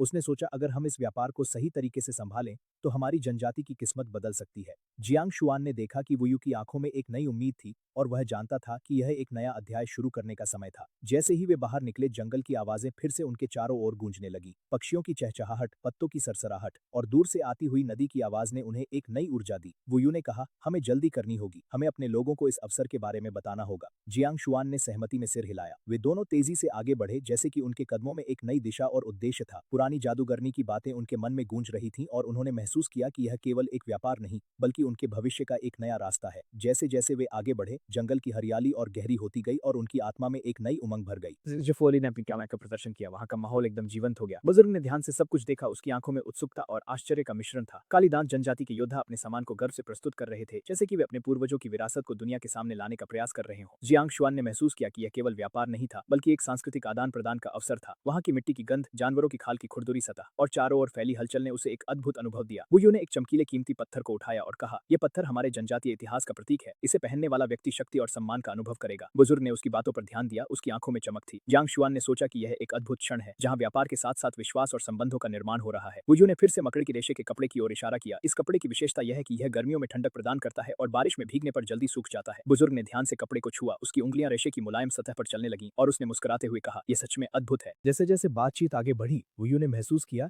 कि बुजुर्ग की रुचि बढ़ रही है। इसका अपने सामान को और भी उत्साह के साथ प्रस्तुत करना शुरू किया। यहाँ देखिए, ये दुर्लभ जड़ी बूटी को उठाया जिसकी खुशबू ने वातावरण को महकाया। जियांग शुआन ने देखा कि बुजुर्ग ने जड़ी बूटी की सुगंध को महसूस किया, उसकी आंखें बंद हो गईं, जैसे वह किसी गहरे विचार में खो गया हो। वुयू ने आगे कहा, ये फल जादुई पौधों से प्राप्त होते हैं जो केवल पूर्णिमा की रात को खिलते हैं। बुजुर्ग ने फल को ध्यान से देखा, उसकी आंखों में चमक थी। वहाँ का माहौल अब एक जादुई अनुभव में बदल चुका था। जियांग शुआन ने महसूस किया कि यह केवल सामान का व्यापार नहीं था, बल्कि एक नई दुनिया में प्रवेश करने का अवसर था। वुयू ने फिर से कपड़े की ओर इशारा किया, इस कपड़े को पहनने से आप न केवल आराम महसूस करेंगे, बल्कि यह आपको एक खास पहचान भी देगा। बुजुर्ग ने मुस्कुराते हुए कहा, मैं इसे अवश्य लेना चाहूंगा। जैसे ही सामान पैक किया गया, वुयू ने एक पल के लिए ठहरकर चारों ओर देखा। वहां की हलचल, हंसी और बातचीत ने उसे एक नई ऊर्जा से भर दिया। उसने महसूस किया कि यह केवल एक व्यापारिक यात्रा नहीं थी, बल्कि एक सांस्कृतिक यात्रा थी, जहां उसने न केवल सामान का आदान प्रदान किया, बल्कि विश्वास और संबंधों का निर्माण भी किया। बुजुर्ग ने एक बार फिर वुयू की ओर देखा और कहा, तुम्हारी जनजाति के लोग अद्भुत हैं, तुम्हारे सामान ने हमें बहुत प्रभावित किया है। वुयू ने मुस्कुराते हुए कहा, हम हमेशा से अपने सामान और संस्कृति को साझा करने के लिए तत्पर रहते हैं। जैसे ही वे बातचीत कर रहे थे, जियांग शुआन ने देखा कि आसमान में सूरज धीरे धीरे अस्त हो रहा था और उसके साथ ही वातावरण में एक सुनहरी रोशनी फैलने लगी। यह एक नई शुरुआत का प्रतीक था। वुयू ने कहा, हमारी दोस्ती को हमेशा याद रखा जाएगा। बुजुर्ग ने सहमति में सिर हिलाया और सभी ने एक नई दिशा में कदम बढ़ाया। यह एक अद्भुत क्षण था, जहां व्यापार के साथ साथ एक नई कहानी का आरंभ हुआ। चपलता और शक्ति का अद्भुत संगम। जब वुयू ने अपने हाथ में एक पत्थर की छुरी उठाई, तो वातावरण में एक अनोखी ऊर्जा का संचार हुआ। उसने दो योद्धाओं को आदेश दिया कि वे मकड़ी के रेशे के कपड़े को फैलाएं। जैसे ही उन्होंने कपड़े को खींचा, वुयू ने अपनी छुरी को तेजी से कपड़े पर चलाया। यू की आंखों में चमक थी, जैसे उसने किसी रहस्य को उजागर किया हो। जियांग शुआन ने अचानक अपने पिछले जीवन में पढ़े गए एक लेख को याद किया, जिसमें कहा गया था कि मकड़ी का रेशे का कपड़ा स्टील के तार से भी अधिक मजबूत होता है। उसके मन में एक ख्याल आया, अगर मुझे यह सुरक्षा के लिए मिल जाए तो कितना अच्छा होगा। लेकिन वह जानता था कि यह कपड़ा बहुत महंगा है। उसके पास केवल 2 दिव्य मशरूम थे, जो शायद इस अद्भुत वस्तु के लिए मूल्यवान हो सकते थे। यहाँ तक कि वृद्ध जादूगरनी ने भी कपड़े को देखकर रुचि दिखाई। उसने वुयू से पूछा, हम इसका व्यापार कैसे करें? वुयू ने मुस्कुराते हुए कहा, यह कपड़ा अत्यंत कीमती है, हमने इसे मकड़ी जनजाति से उच्च मूल्य पर खरीदा है। उसने आगे बताया कि यदि वृद्ध जादूगरनी को एक टुकड़ा चाहिए, तो उसे जंगली जानवरों के दांत, सींग या कीमती पत्थरों के साथ अन्य दुर्लभ वस्तुएं प्रदान करनी होंगी। जंगल की गहराई में, जहां हर दिशा में रहस्यमय आवाजें गूंज रही थी, जियांग शुआन ने अपने मन में एक ठानी हुई योजना बनाई। उसने अपने दोस्तों के साथ मिलकर एक टीम बनाने का निर्णय लिया। हमें जंगली जानवरों का शिकार करना होगा, उसने अपने साथियों से कहा। हमारी ताकत और एकता हमें सफलता दिला सकती है। उसके शब्दों में एक नई ऊर्जा थी, जो उसके साथियों को प्रेरित कर रही थी। उन्होंने एकजुट होकर एक योजना बनाई। जियांग शुआन ने अपने दोस्तों को बताया कि उन्हें सबसे पहले जंगली भालू का शिकार करना चाहिए। यह भालू बहुत बड़ा और शक्तिशाली है, लेकिन अगर हम एक साथ मिलकर हमला करें तो हम इसे हरा सकते हैं। उसके दोस्तों ने सहमति में सिर हिलाया। उन्होंने अपने हथियारों को तैयार किया और जंगल की ओर बढ़े। जैसे ही वे आगे बढ़े, जंगल की खुशबू और जानवरों की आवाजें उनके चारों ओर गूंजने लगी। जियांग शुआन का दिल तेजी से धड़क रहा था। उसे पता था कि यह एक खतरनाक यात्रा होगी, लेकिन उसकी आंखों में साहस की चमक थी। हम इस कपड़े को हासिल करेंगे, उसने अपने आप से कहा। जंगल की गहराई में, जहां हर कदम पर खतरा लर्किंग था, जियांग शुआन और उसके साथी जंगली भालू की खोज में निकल पड़े। जैसे ही उन्होंने भालू के पैरों के निशान देखे, उनके दिलों में एक अजीब सा रोमांच दौड़ गया। यहाँ से आगे बढ़ो, जियांग ने कहा। उसकी आवाज में आत्मविश्वास था। जैसे ही वे आगे बढ़े, जंगल की हरियाली ने उन्हें घेर लिया। पत्तियों की सरसराहट और दूर से आती जानवरों की आवाजें उनकी धड़कनों को तेज कर रही थी। अचानक एक विशाल जंगली भालू उनके सामने आ गया। उसकी आंखों में गुस्सा और ताकत थी। जियांग शुआन ने अपने दोस्तों की ओर देखा और उन्होंने एक दूसरे को समझाया। अब या कभी नहीं, उसने कहा। जैसे ही भालू ने हमला किया, उन्होंने एक साथ मिलकर उसे रोकने का प्रयास किया। यह एक भयानक लड़ाई थी, जिसमें उनके साहस और एकता की परीक्षा हो रही थी। जियांग का दिल तेजी से धड़क रहा था, लेकिन उसने हार नहीं मानी। हम इसे जीत सकते हैं, उसने खुद को कहा। लड़ाई के दौरान जियांग शुआन और उसके साथियों ने अपनी पूरी ताकत लगाई। भालू की दहाड़ ने जंगल को गूंजा दिया, लेकिन उन्होंने हार नहीं मानी। जियांग ने अपने दोस्तों को एकजुट किया, एक साथ हम इसे हरा सकते हैं। उसकी आवाज में एक अद्भुत ऊर्जा थी। जैसे ही उन्होंने भालू पर हमला किया, उनकी एकता ने उन्हें शक्ति दी। भालू ने एक बार फिर हमला किया, लेकिन जियांग ने अपने दोस्तों के साथ मिलकर उसे रोकने का प्रयास किया। यह एक कठिन लड़ाई थी, जिसमें हर पल एक नया खतरा था। अंततः उनकी मेहनत रंग लाई। जियांग ने भालू को एक मजबूत वार किया और भालू ने हार मान ली। उसकी आंखों में हार का संकेत था। जियांग और उसके साथी खुशी से चिल्लाए, हमने इसे कर दिखाया। उन्होंने एक दूसरे को गले लगाया। यह केवल एक जीत नहीं थी, बल्कि उनकी एकता और साहस की जीत थी। जियांग ने सोचा, अब हम मकड़ी के रेशे के कपड़े को हासिल कर सकते हैं। उनकी आंखों में नई उम्मीद थी और उन्होंने अपने लक्ष्य की ओर कदम बढ़ाया। बांस के घर के पास का वातावरण रहस्यमय और भयावह था। विशाल गरुड़ के भोजन के अवशेषों ने उस स्थान को एक अद्भुत और डरावनी छवि दी थी। हड्डियों के चारों ओर एक हल्की सी गंध थी, जो हमारी संस्कृति और हमारी पहचान का प्रतीक है। उसकी आवाज में एक गूंज थी, जैसे वह किसी प्राचीन रहस्य को उजागर कर रही हो। वुयू ने महसूस किया कि इस स्थान की हर चीज में एक कहानी छिपी हुई थी। वह सोचने लगा कि अगर वह इन हड्डियों को छूता है तो क्या वह उन जीवों की आत्माओं को महसूस कर सकेगा? क्या वह उनके संघर्ष और साहस को समझ सकेगा? पुरानी जादूगरनी ने अपनी आंखों में एक चमक दिखाई, जैसे वह उसकी सोच को पढ़ रही हो। इन हड्डियों को छूना आसान नहीं है, ये केवल एक भौतिक वस्तु नहीं है। उसके शब्दों ने वुयू को और भी अधिक प्रभावित किया। वह जानता था कि इस ज्ञान का मूल्य अनमोल है। पुरानी जादूगरनी ने फिर से कहा, हमारी जनजाति को इन चीजों की आवश्यकता है, लेकिन हमें समझदारी से आगे बढ़ना होगा। उसकी आवाज में एक गंभीरता थी, जो सभी को एकजुट करती थी। वुयू ने अपने दोस्तों की ओर देखा और उनमें भी वही भावनाएं थी। यह एक महत्वपूर्ण क्षण था, जब उन्होंने समझा कि धन केवल भौतिक वस्तुओं में नहीं है, बल्कि ज्ञान और समझ में है। जब वुयू ने दांत निकाल लिए, तो उसकी आंखों में चमक थी, जैसे उसने कोई बड़ा खजाना पाया हो। वह उन दांतों को देखकर सोचने लगा कि वह इन्हें हड्डी के कलाकृति मास्टर के पास ले जाकर कितने संसाधन प्राप्त कर सकता है। उसकी कल्पना में वह उन दांतों को दांत के चाकू में बदलने की प्रक्रिया को देख सकता था, जो बड़े जनजातियों को बेचे जाएंगे। यह विचार ही उसे खुशी से भर देता था। वुयू ने जादूगरनी से कहा, बुजुर्ग, दांत निकाल लिए गए हैं। आप 2 टुकड़े स्पाइडर सिल्क कपड़े चुन सकती हैं। उसकी आवाज में सम्मान और विनम्रता थी। जादूगरनी ने सिर हिलाया और बांस के घर के सामने जाकर कपड़ों का चयन करने लगी। वहां 7 या 8 स्पाइडर सिल्क कपड़े थे, जो सूरज की रोशनी में चमक रहे थे। हर कपड़ा एक अनोखी कहानी बयां कर रहा था, जैसे वे अपनी सुंदरता से जादूगरनी को लुभाने का प्रयास कर रहे हों। वुयू ने देखा कि जादूगरनी किस प्रकार से कपड़ों को छू रही थी। उसकी उंगलियां कपड़ों की नरम सतह पर चल रही थीं, जैसे वह किसी अनमोल वस्तु को छू रही हो। यह दृश्य वुयू के मन में एक नई आशा और प्रेरणा भर रहा था। जैसे ही जादूगरनी ने कपड़ों का चयन किया, वुयू की आंखों में गर्व की चमक थी। उसने सोचा कि यह व्यापार केवल एक शुरुआत है, एक नए अध्याय की शुरुआत। वो जानता था कि यदि वाइन जनजाति को काले दांतों की जनजाति के औजार मिल जाएं, तो उनकी स्थिति में सुधार होगा। उसके मन में यह विचार चल रहा था कि कैसे वह अपने लोगों के लिए एक बेहतर भविष्य बना सकता है। जादूगरनी ने 2 कपड़े चुन लिए और उन्हें अपने साथ लेकर वापस आई। वुयू ने उनकी ओर देखा और कहा, ये कपड़े आपके लिए उपयुक्त हैं, बुजुर्ग। जादूगरनी ने मुस्कुराते हुए सिर हिलाया। यह एक साधारण व्यापार था, लेकिन इसके पीछे गहरी भावनाएं और सपने छिपे हुए थे। वुयू ने महसूस किया कि यह केवल एक वस्तु का आदान प्रदान नहीं था, बल्कि यह उनके बीच एक संबंध का निर्माण कर रहा था। वह जानता था कि इस छोटे से व्यापार से उनके बीच विश्वास और सहयोग की नींव रखी जा रही थी। जैसे ही व्यापार पूरा हुआ, वुयू ने अपने मन में एक नई योजना बनाई। उसने सोचा कि अगर वह और अधिक दांत निकाल सके तो वह अपनी जनजाति के लिए एक बड़ा भंडार बना सकता है। उसकी आंखों में चमक थी, जैसे उसने कोई बड़ा सपना देखा हो। वह जानता था कि काले दांतों की जनजाति के औजारों की गुणवत्ता अद्वितीय थी, और यदि वह उन्हें अपने लोगों के लिए लाने में सफल हो गया तो यह उनकी स्थिति को पूरी तरह से बदल सकता था। उसकी सोच में वह अपने लोगों के लिए एक नई दिशा दिखा रहा था, जहां वे भी शक्तिशाली बन सकते थे। जादूगरनी ने देखा कि वुयू के चेहरे पर एक नई ऊर्जा थी। उसने कहा, आपके विचारों में गहराई है, युवा। वुयू ने सिर झुकाया और कहा, मैं केवल अपने लोगों के लिए सर्वोत्तम चाहता हूँ। यह संवाद उनके बीच एक नई समझ और संबंध का निर्माण कर रहा था। व्यापार के बाद वुयू ने अपने साथियों को इकट्ठा किया और उन्हें अपनी योजनाओं के बारे में बताया। उसने कहा, हमें और अधिक दांतों की आवश्यकता है। अगर हम काले दांतों की जनजाति के औजारों का उपयोग कर सके तो हम अपनी जनजाति को मजबूत बना सकते हैं। उसके शब्दों में उत्साह और प्रेरणा थी। उसके साथियों ने उसकी बातों को ध्यान से सुना और उनमें से कई ने सहमति में सिर हिलाया। यह एक नया अध्याय था, जहां वे एकजुट होकर अपने भविष्य के लिए लड़ने का संकल्प कर रहे थे। वुयू ने महसूस किया कि यह केवल एक व्यापार नहीं था, बल्कि एक आंदोलन था जो उनके जीवन को बदल सकता था। जैसे जैसे वे आगे बढ़े, उनके दिलों में एक नई आशा और विश्वास था। उन्होंने एक दूसरे को देखा और समझ गए कि वे एक नई यात्रा पर निकलने वाले हैं, जहां वे अपने सपनों को साकार करने के लिए तैयार थे। एक सुनहरे सूरज की किरणों में वुयू ने वृद्ध जादूगरनी के सामने अपने व्यापार का पहला सौदा पूरा किया। उसकी आंखों में उत्साह और आत्मविश्वास की चमक थी, बुद्धिशीलता थी। लेकिन जब वुयू ने काले दांतों की जनजाति द्वारा लाए गए दुर्लभ जड़ी बूटियों का जिक्र किया, तो जादूगरनी की रुचि जाग उठी। उसने कुछ दुर्लभ और उपयोगी जड़ी बूटियां चुनी। वुयू के चेहरे पर खुशी की लहर दौड़ गई, क्योंकि उसने देखा कि वृद्ध जादूगरनी ने बिना किसी मोलभाव के 2 जोड़ी जानवरों के दांत और कुछ जानवरों की हड्डियां चुन ली। यह सौदा उनके लिए लाभदायक था। जब सभी लेन देन समाप्त हो गए तो वुयू ने कुछ व्यावहारिक लेकिन कम मूल्यवान उपहार वृद्ध जादूगरनी को दिए, यह सोचकर कि अगली बार जब वह आएगा तो वे फिर से व्यापार कर सकें। जादूगरनी ने उन उपहारों को आसानी से स्वीकार कर लिया, लेकिन उसने अगले लेन देन के लिए कोई वादा नहीं किया।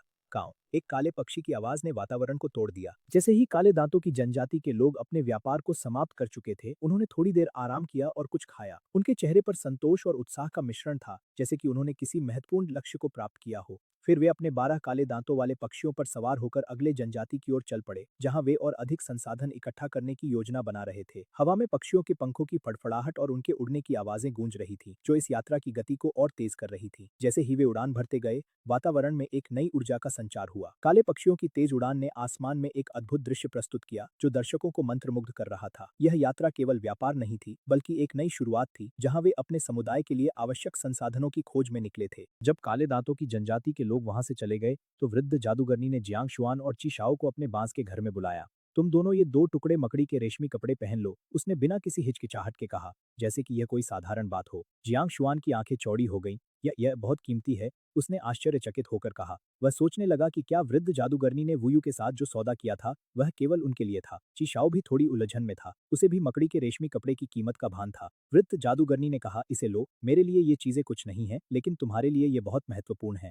उसके शब्दों में एक गहरी समझ थी, जैसे वह उन्हें एक नई दिशा दिखा रही हो। मकड़ी के रेशमी कपड़े के साथ तुम भविष्य में शिकार करते समय आसानी से घायल नहीं होगे, और यह किसी महत्वपूर्ण क्षण में तुम्हारी जान भी बचा सकता है। जियांग शुआन ने महसूस किया कि वृद्ध जादूगरनी का एक नया योजना है, शायद वह वाइन जनजाति को छोड़ने का सोच रही है। बूढ़ी जादूगरनी ने अपने पैकिंग के दौरान एक पुरानी जड़ी बूटी की खुशबू को महसूस किया, जो उसे अपने अतीत की याद दिला रही थी। उसने एक क्षण के लिए रुककर उस जड़ी बूटी को उठाया और उसकी खुशबू को महसूस किया। यह उसके जीवन के उन दिनों की याद दिला रही थी, जब उसने पहली बार जादू की कला सीखी थी। उसने आंखें बंद कर ली और उन यादों में खो गई। जियांग शुआन ने देखा कि बूढ़ी जादूगरनी एक अलग ही दुनिया में खोई हुई है। उसने धीरे से कहा, आप ठीक हैं? बूढ़ी जादूगरनी ने आंखें खोलते हुए कहा, हाँ, बस कुछ पुरानी यादें। उसने जड़ी बूटी को वापस रख दिया और कहा, हर चीज का एक समय होता है, हमें आगे बढ़ना चाहिए। ची शाओ ने कहा, लेकिन क्या हम कभी वापस नहीं आएंगे? बूढ़ी जादूगरनी ने मुस्कुराते हुए कहा, हमेशा नहीं, लेकिन यादें हमारे साथ रहेंगी। जियांग शुआन ने कहा, आपकी यादें हमारे लिए अनमोल हैं। बूढ़ी जादूगरनी ने कहा, और तुम दोनों की यात्रा अभी शुरू हुई है। याद रखो, तुम हमेशा मेरे दिल में रहोगे। आग की लपटों की गर्माहट और जड़ी बूटियों की खुशबू ने उस पल को और भी खास बना दिया। जियांग शुआन और ची शाओ ने एक दूसरे की ओर देखा, उनके दिलों में एक नई संकल्पना जाग उठी। जियांग शुआन ने जब गरुड़ के पंख पर चढ़कर जादूगरनी के थैले को बांधा, तो उसके दिल में एक अजीब सी हलचल थी। गरुड़ का पंख उसके नीचे ठोस और मजबूत था, जैसे वो उसे अपने पंखों में समेटने के लिए तैयार हो। जादूगरनी ने उसकी ओर देखा और उसकी आंखों में एक अधीरे के लिए इधर उधर घूम रहे थे। जादूगरनी ने कहा, तुम्हें अपने कबीले के लिए ये हड्डियां संभालनी है, ये तुम्हारे लिए एक नई शुरुआत हो सकती है। उसकी आवाज में एक गूढ़ता थी, जो जियांग शुआन के मन में एक नई उम्मीद जगा रही थी। उसने अपनी आंखें बंद की और गहरी सांस ली, जैसे वो इस पल को अपने अंदर समेट लेना चाहता हो। गरुड़ ने अचानक अपने पंखों को फैलाया और उड़ान भरने के लिए तैयार हो गया। जियांग शुआन ने अपने दिल की धड़कन को महसूस किया, जैसे वो एक नई यात्रा की शुरुआत करने जा रहा हो। जादूगरनी ने उसे एक अंतिम बार देखा और कहा, सावधान रहना, यह यात्रा आसान नहीं होगी। जियांग शुआन ने सिर झुकाया और कहा, मैं तैयार हूं। गरुड़ ने अपनी विशालता के साथ उड़ान भरी और जियांग शुआन ने महसूस किया कि वह हवा में उड़ रहा है, जैसे वह अपने सपनों की ओर बढ़ रहा हो। चीशा ने अन्य जानवरों की खाल के थैले भी लाए और उन्हें विशाल गरुड़ की पीठ की पट्टी से बांध दिया। गरुड़ की विशालता और चीशाओ जमीन पर लौट आए। पुरानी जादूगरनी ने चारों ओर देखा, जैसे वह अपने अतीत को याद कर रही हो। फिर उसने दृढ़ता से विशाल गरुड़ की पीठ पर चढ़कर बैठ गई। उसकी आंखों में एक गहरा भाव था, जैसे वह अपने जीवन के एक महत्वपूर्ण मोड़ पर खड़ी हो। जियांग शुआन ने फिर से आवाज दी, ठीक है, तो यह तय है, आपको वापस आना होगा। पुरानी जादूगरनी ने मुस्कुराते हुए सिर हिलाया, लेकिन उसे भी नहीं पता था कि वह कितनी देर तक जीवित रहेगी या वह कहां समाप्त होगी। मैं जा रही हूं, उसने कहा। जादूगरनी ने गरुड़ की गर्दन पर हाथ फेरा और गरुड़ ने तुरंत अपने पंख फड़फड़ाए, थोड़ी दूरी पर दौड़ा और फिर आसमान में उड़ गया। चिरप, विशाल गरुड़ ने बेल जनजाति के ऊपर कई बार चक्कर लगाया, ऊंचाई पर उड़ान भरी और फिर दक्षिण की ओर बढ़ गया। पुरानी जादूगरनी चली गई है। चीशाओ ने मोटे जानवरों की खाल के स्क्रॉल को गले लगाया, उसके मन में एक उदासी और खोखलापन था। हाँ, कौन जानता है कि वह कब वापस आएगा। जियांग शुआन ने खाली बांस के घर की ओर देखा, उसे भी एक अजीब सा महसूस हुआ, शायद इसलिए कि इस दुनिया में उसके पास बहुत कम लोग थे, जिससे हर परिचित व्यक्ति बहुत महत्वपूर्ण हो जाता था। दोनों वहां लंबे समय तक खड़े रहे, जब तक गरुड़ की छाया भी गायब नहीं हो गई। फिर अंततः उन्होंने अपनी नजरें हटा ली। वे धीरे धीरे बांस के जंगल की ओर लौटने लगे,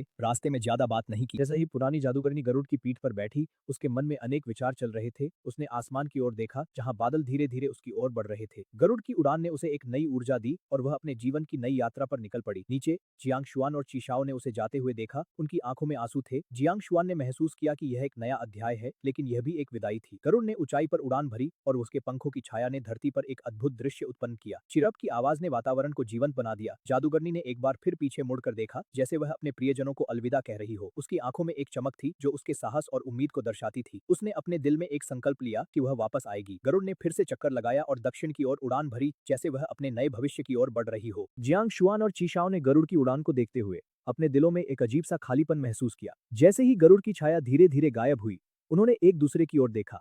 चीशाओ ने कहा, क्या आपको लगता है कि वह सच में लौटेगी? जियांग शुआन ने सिर झुकाया। उसकी आंखों में एक गहरा भाव था। मुझे नहीं पता, लेकिन हमें उम्मीद रखनी चाहिए। उन्होंने अपने आसपास की प्रकृति को देखा। पेड़ों की सरसराहट और हवा की ठंडी लहर ने उन्हें एक नई ऊर्जा दी, लेकिन उनके दिलों में एक उदासी थी जो उन्हें घेरे हुए थी। उन्होंने बांस के घर की ओर देखा, जो अब खाली और सुनसान लग रहा था। जियांग शुआन ने कहा, यहाँ सब कुछ बदल जाएगा। चीशाओ ने सहमति में सिर हिलाया। हाँ, लेकिन हमें अपनी जनजाति को मजबूत बनाना होगा। दोनों ने एक संकल्प लिया कि वे जादूगरनी की वापसी की प्रतीक्षा करेंगे और अपनी जनजाति को और भी मजबूत बनाएंगे। उन्होंने धीरे धीरे बांस के जंगल की ओर कदम बढ़ाए। उनके दिलों में एक नई उम्मीद थी। जैसे जैसे वे आगे बढ़े, उनके कदमों की आवाज ने जंगल में एक नई कहानी बुनना शुरू कर दिया। जैसे जैसे जियांग शुआन और चीशाओ बांस के जंगल में आगे बढ़े, उन्होंने महसूस किया कि यह स्थान उनके लिए कितना महत्वपूर्ण था। बांस की हर एक टहनी, हर एक पत्ते में उनकी यादें बसी हुई थीं। जीशाओ ने कहा, क्या आपको याद है जब हम यहाँ पहली बार आए थे? जियांग शुआन ने मुस्कुराते हुए कहा, हाँ, उस दिन हमें पता चला था कि हम कितने मजबूत हैं। दोनों ने अपने अतीत को याद किया जब उन्होंने मिलकर कठिनाइयों का सामना किया था। उनकी दोस्ती की गहराई ने उन्हें एक दूसरे के करीब ला दिया था। बांस के पेड़ों की सरसराहट ने जैसे उनकी बातें सुनकर सहमति जताई। जियांग शुआन ने कहा, हमें अपनी जनजाति के लिए कुछ करना होगा। चीशाओ ने उत्साह से कहा, हाँ, हम मिलकर इसे और भी मजबूत बनाएंगे। उनके दिलों में एक नई ऊर्जा थी जो उन्हें आगे बढ़ने के लिए प्रेरित कर रही थी। उन्होंने एक दूसरे का हाथ पकड़ा और एक नई यात्रा की ओर बढ़ने लगे। बांस के जंगल में उनकी आवाजें गूंज रही थीं, जैसे वे अपनी नई कहानी की शुरुआत कर रहे हों। जियांग शुआन और चीशाओ ने बांस के जंगल में चलते हुए अपने भविष्य के सपनों को साझा किया। जियांग शुआन ने कहा, मैं चाहता हूं कि हमारी जनजाति हर चुनौती का सामना करे और मजबूत बने। चीशाओ ने उत्साह से कहा, हाँ, हमें एकजुट होकर काम करना होगा। उनके बीच एक गहरा बंधन था जो उन्हें एक दूसरे के सपनों को समझने में मदद करता था। जैसे जैसे वे आगे बढ़े, उनके दिलों में एक नई उम्मीद थी। बांस के पेड़ों की छाया में उन्होंने अपने सपनों को साकार करने का संकल्प लिया। जियांग शुआन ने कहा, हमारी मेहनत कभी बेकार नहीं जाएगी। चीशाओ ने सहमति में सिर हिलाया। हाँ, हम अपने लोगों के लिए एक नई शुरुआत करेंगे। उनकी आवाजों में एक दृढ़ता थी जो उनके इरादों को दर्शाती थी। जैसे जैसे वे आगे बढ़ते गए, बांस के जंगल में उनकी बातें गूंजती रहीं, जैसे यह जंगल उनके सपनों का साक्षी बन रहा हो। उन्होंने एक दूसरे की आंखों में देखा और एक नई यात्रा की ओर बढ़ने का संकल्प लिया। रात का अंधेरा छा गया था जब गौतेंग, शिक्यू और नानशिंग शिकार से लौटे। उनके दिलों में एक गहरी उदासी थी, जैसे कि पुरानी जादुनी महिला का जाना उनके साथ एक खालीपन छोड़ गया हो। नानशिंग ने उस हड्डी की बांसुरी को सहलाया जिसे पुरानी जादुनी महिला ने तैयार किया था, और उसने धीरे से कहा, वह कैसे जा सकती थी? उसकी आवाज में गहरी निराशा थी, जैसे कि वह किसी प्रिय व्यक्ति को खोने का दर्द महसूस कर रहा हो। रात की चुप्पी में केवल हवा की सरसराहट और दूर कहीं एक उल्लू की आवाज सुनाई दे रही थी, और उसका छोटा कमरा अब उन्हें समेटने के लिए काफी नहीं था। जियांग शुआन और चीशाओ ने चर्चा की और फिर पत्थर की पहाड़ी के तल पर लोगों को ले जाकर एक नई बांस की झोपड़ी बनाने में जुट गए, जो छोटे नाले के पास थी, जो वेदी से ज्यादा दूर नहीं थी। उन्होंने कुछ दिनों में उसे एक नया आंगन भी दिया। इसके बाद जियांग शुआन ने लोगों को चीशाओ की सभी चीजें नई बांस की झोपड़ी में ले जाने के लिए कहा और उसे सभी आवश्यक औजारों से लैस किया। इस नई झोपड़ी में एक स्नानघर और शौचालय भी था। जियांग शुआन ने टूटे हुए बांस का उपयोग करते हुए नाले के पानी को उसके आंगन में लाने के लिए पाइप बनाए। इस दिन से चीशाओ अकेले रहने लगी। जादूगरनी से संबंधित चीजों का अध्ययन करने के लिए अधिक समय देने के लिए जियांग शुआन ने सहमति दी कि उसे अब शिकार टीमों का नेतृत्व करने की आवश्यकता नहीं थी। चीशाओ ने इस पर कोई आपत्ति नहीं की। उसे जादूगरनी की कला का अध्ययन करने और जनजाति में महत्वपूर्ण घटनाओं को चित्रित करने के लिए बहुत समय चाहिए था। जैसे जैसे चीशाओ ने चित्रों को देखा, उसने महसूस किया कि वे उसके सामने एक कहानी बुन रहे हैं। हर चित्र में एक नया रहस्य छिपा था जो उसे जादूगरनी की कला के गहरे ज्ञान में ले जा रहा था। वह अपने मन में उन चित्रों को जीवंत करने की कोशिश कर रही थी, और जैसे ही उसने ध्यान केंद्रित किया, चित्रों ने उसे अपने भीतर खींच लिया। वह उन घटनाओं को देखने लगी जो उसकी जनजाति के लिए महत्वपूर्ण थी। उसके मन में एक अद्भुत अनुभव था, जैसे कि वह समय के पार यात्रा कर रही हो। उसने महसूस किया कि ये चित्र केवल उसके लिए नहीं, बल्कि उसकी पूरी जनजाति के लिए महत्वपूर्ण है। वह जानती थी कि उसे इस ज्ञान को साझा करना होगा।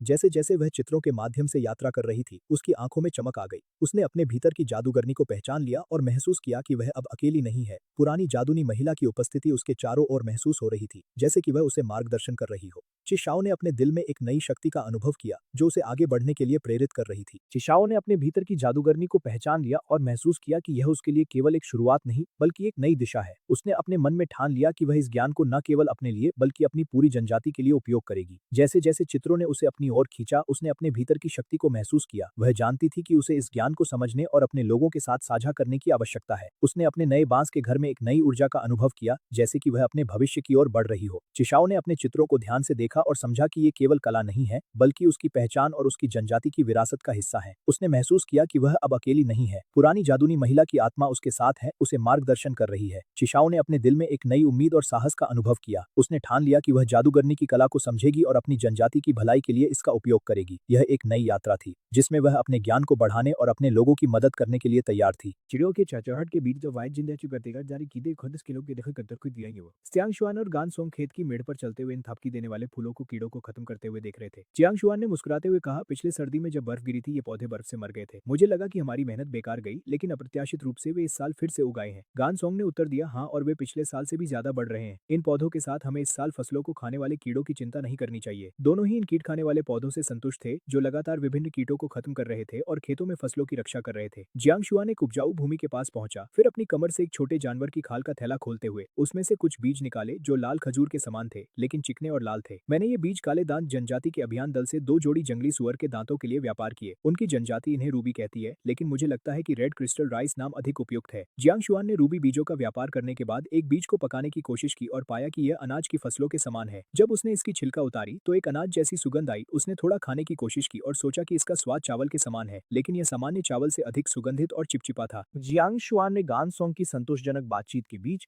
खेतों की हरियाली में एक नई उम्मीद की किरण झलकती है। दोनों मित्र, जो पिछले साल की कठिनाइयों को भुलाकर इस साल की फसल की सुरक्षा के लिए आश्वस्त हैं, एक दूसरे की आंखों में विश्वास और उत्साह देखते हैं। वातावरण में हल्की सी ठंडी हवा चल रही थी, जो उनके चेहरे पर एक सुखद स्पर्श छोड़ रही थी। आसमान में उड़ते हुए पक्षियों की चहचहाहट और दूर कहीं से आती हुई जलधारा की आवाज इस दृश्य को और भी मनमोहक बना रही थी। जियांग शुआन ने अपनी जेब से बीज निकालते हुए कहा, ये बीज जो मैंने काले दांत जनजाति से प्राप्त किए हैं, हमारी फसल को और भी समृद्ध बनाएंगे। गान सोंग ने उत्सुकता से पूछा, क्या ये सच में इतने खास हैं? जियांग शुआन ने मुस्कुराते हुए कहा, हाँ, इनका स्वाद अद्भुत है। दोनों ने मिलकर बीजों को खेत में बोने का निर्णय लिया, जिससे उनकी मेहनत का फल और भी मीठा हो सके। जैसे ही उन्होंने बीजों को मिट्टी में दबाया, एक नई शुरुआत का एहसास हुआ। यह एक ऐसा क्षण था जब उन्होंने अपने भविष्य को संवारने का संकल्प लिया। जियांग शुआन और गान सोंग ने खेत में बीज बोने के बाद अपने कार्यों की सफलता की कल्पना की। जैसे ही उन्होंने बीजों को मिट्टी में दबाया, एक नई शुरुआत का एहसास हुआ। जियांग शुआन ने कहा, इन बीजों के साथ हम अपने भविष्य को सुरक्षित कर सकते हैं। गान सोंग ने सहमति में सिर हिलाते हुए कहा, हाँ, ये बीज हमारे लिए एक नई आशा लाएंगे।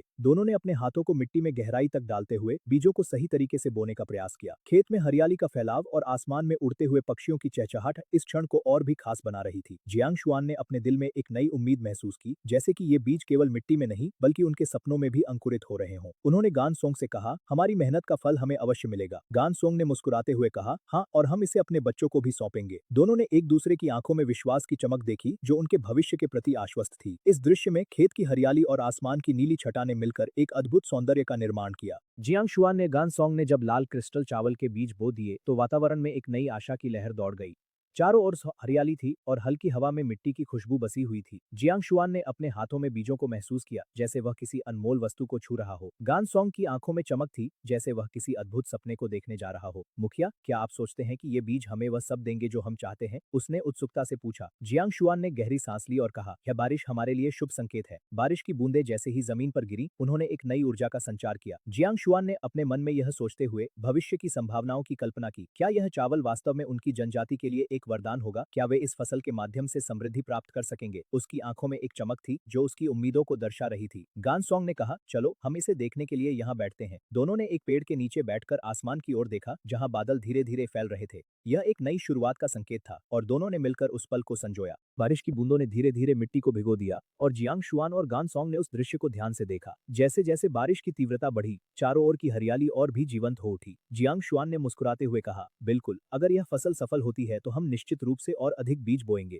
उनकी बातचीत के बीच आसमान में बिजली चमकी और एक गरज के साथ बादल फट पड़े। जियांग शुआन ने गान सोंग की ओर देखा और दोनों ने एक दूसरे की आंखों में विश्वास देखा। हमें इस फसल की देखभाल करनी होगी ताकि यह हमें फल दे सके। जैसे जैसे बारिश की बूंदें गिरती रहीं, जियांग शुआन ने अपने मन में यह संकल्प लिया कि वह अपनी जनजाति के लिए हर संभव प्रयास करेगा। बारिश की आवाज जैसे एक मधुर संगीत उनके दिलों में उमंग भर रही थी। जियांग शुआन ने कहा, चलो हम वापस चलते हैं और बाकी काम निपटाते हैं। दोनों ने उठकर बांस के घर की ओर बढ़ना शुरू किया, जहां उनकी जनजाति के अन्य सदस्य उनकी प्रतीक्षा कर रहे थे। जियांग शुआन और गान सोंग बांस के घर की ओर बढ़ते हुए उनके मन में भविष्य की चिंताएं थी। जैसे ही वे घर के पास पहुंचे, उन्होंने देखा कि जनजाति के अन्य सदस्य जानवरों की हड्डियों और दांतों को संभालने में व्यस्त थे। जियांग शुआन ने मुस्कुराते हुए कहा, बिल्कुल, ये हमारे लिए बहुमूल्य संसाधन है। उन्होंने देखा कि योद्धा हड्डियों को श्रेणीबद्ध कर रहे थे और जियांग शुआन ने उन्हें निर्देश दिए, इनको सही तरीके से संग्रहित करो ताकि भविष्य में व्यापार के लिए उपयोग हो सके। जैसे जैसे वे काम कर रहे थे, जियांग शुआन ने महसूस किया कि यह कार्य केवल संसाधनों का संग्रह नहीं था, बल्कि उनकी जनजाति की सुरक्षा और समृद्धि का एक महत्वपूर्ण हिस्सा था। जानवरों की हड्डियां, दांत और खाले सभी उनके अस्तित्व के लिए आवश्यक थे। जियांग शुआन ने अपने दिल में यह ठान लिया कि वह अपनी जनजाति के लिए हर संभव प्रयास करेगा। जैसे ही उन्होंने काम पूरा किया, जियांग शुआन ने गान सॉन्ग की ओर देखा और कहा, हमें इस कार्य को जल्दी पूरा करना होगा ताकि हम भविष्य के लिए तैयार रह सकें।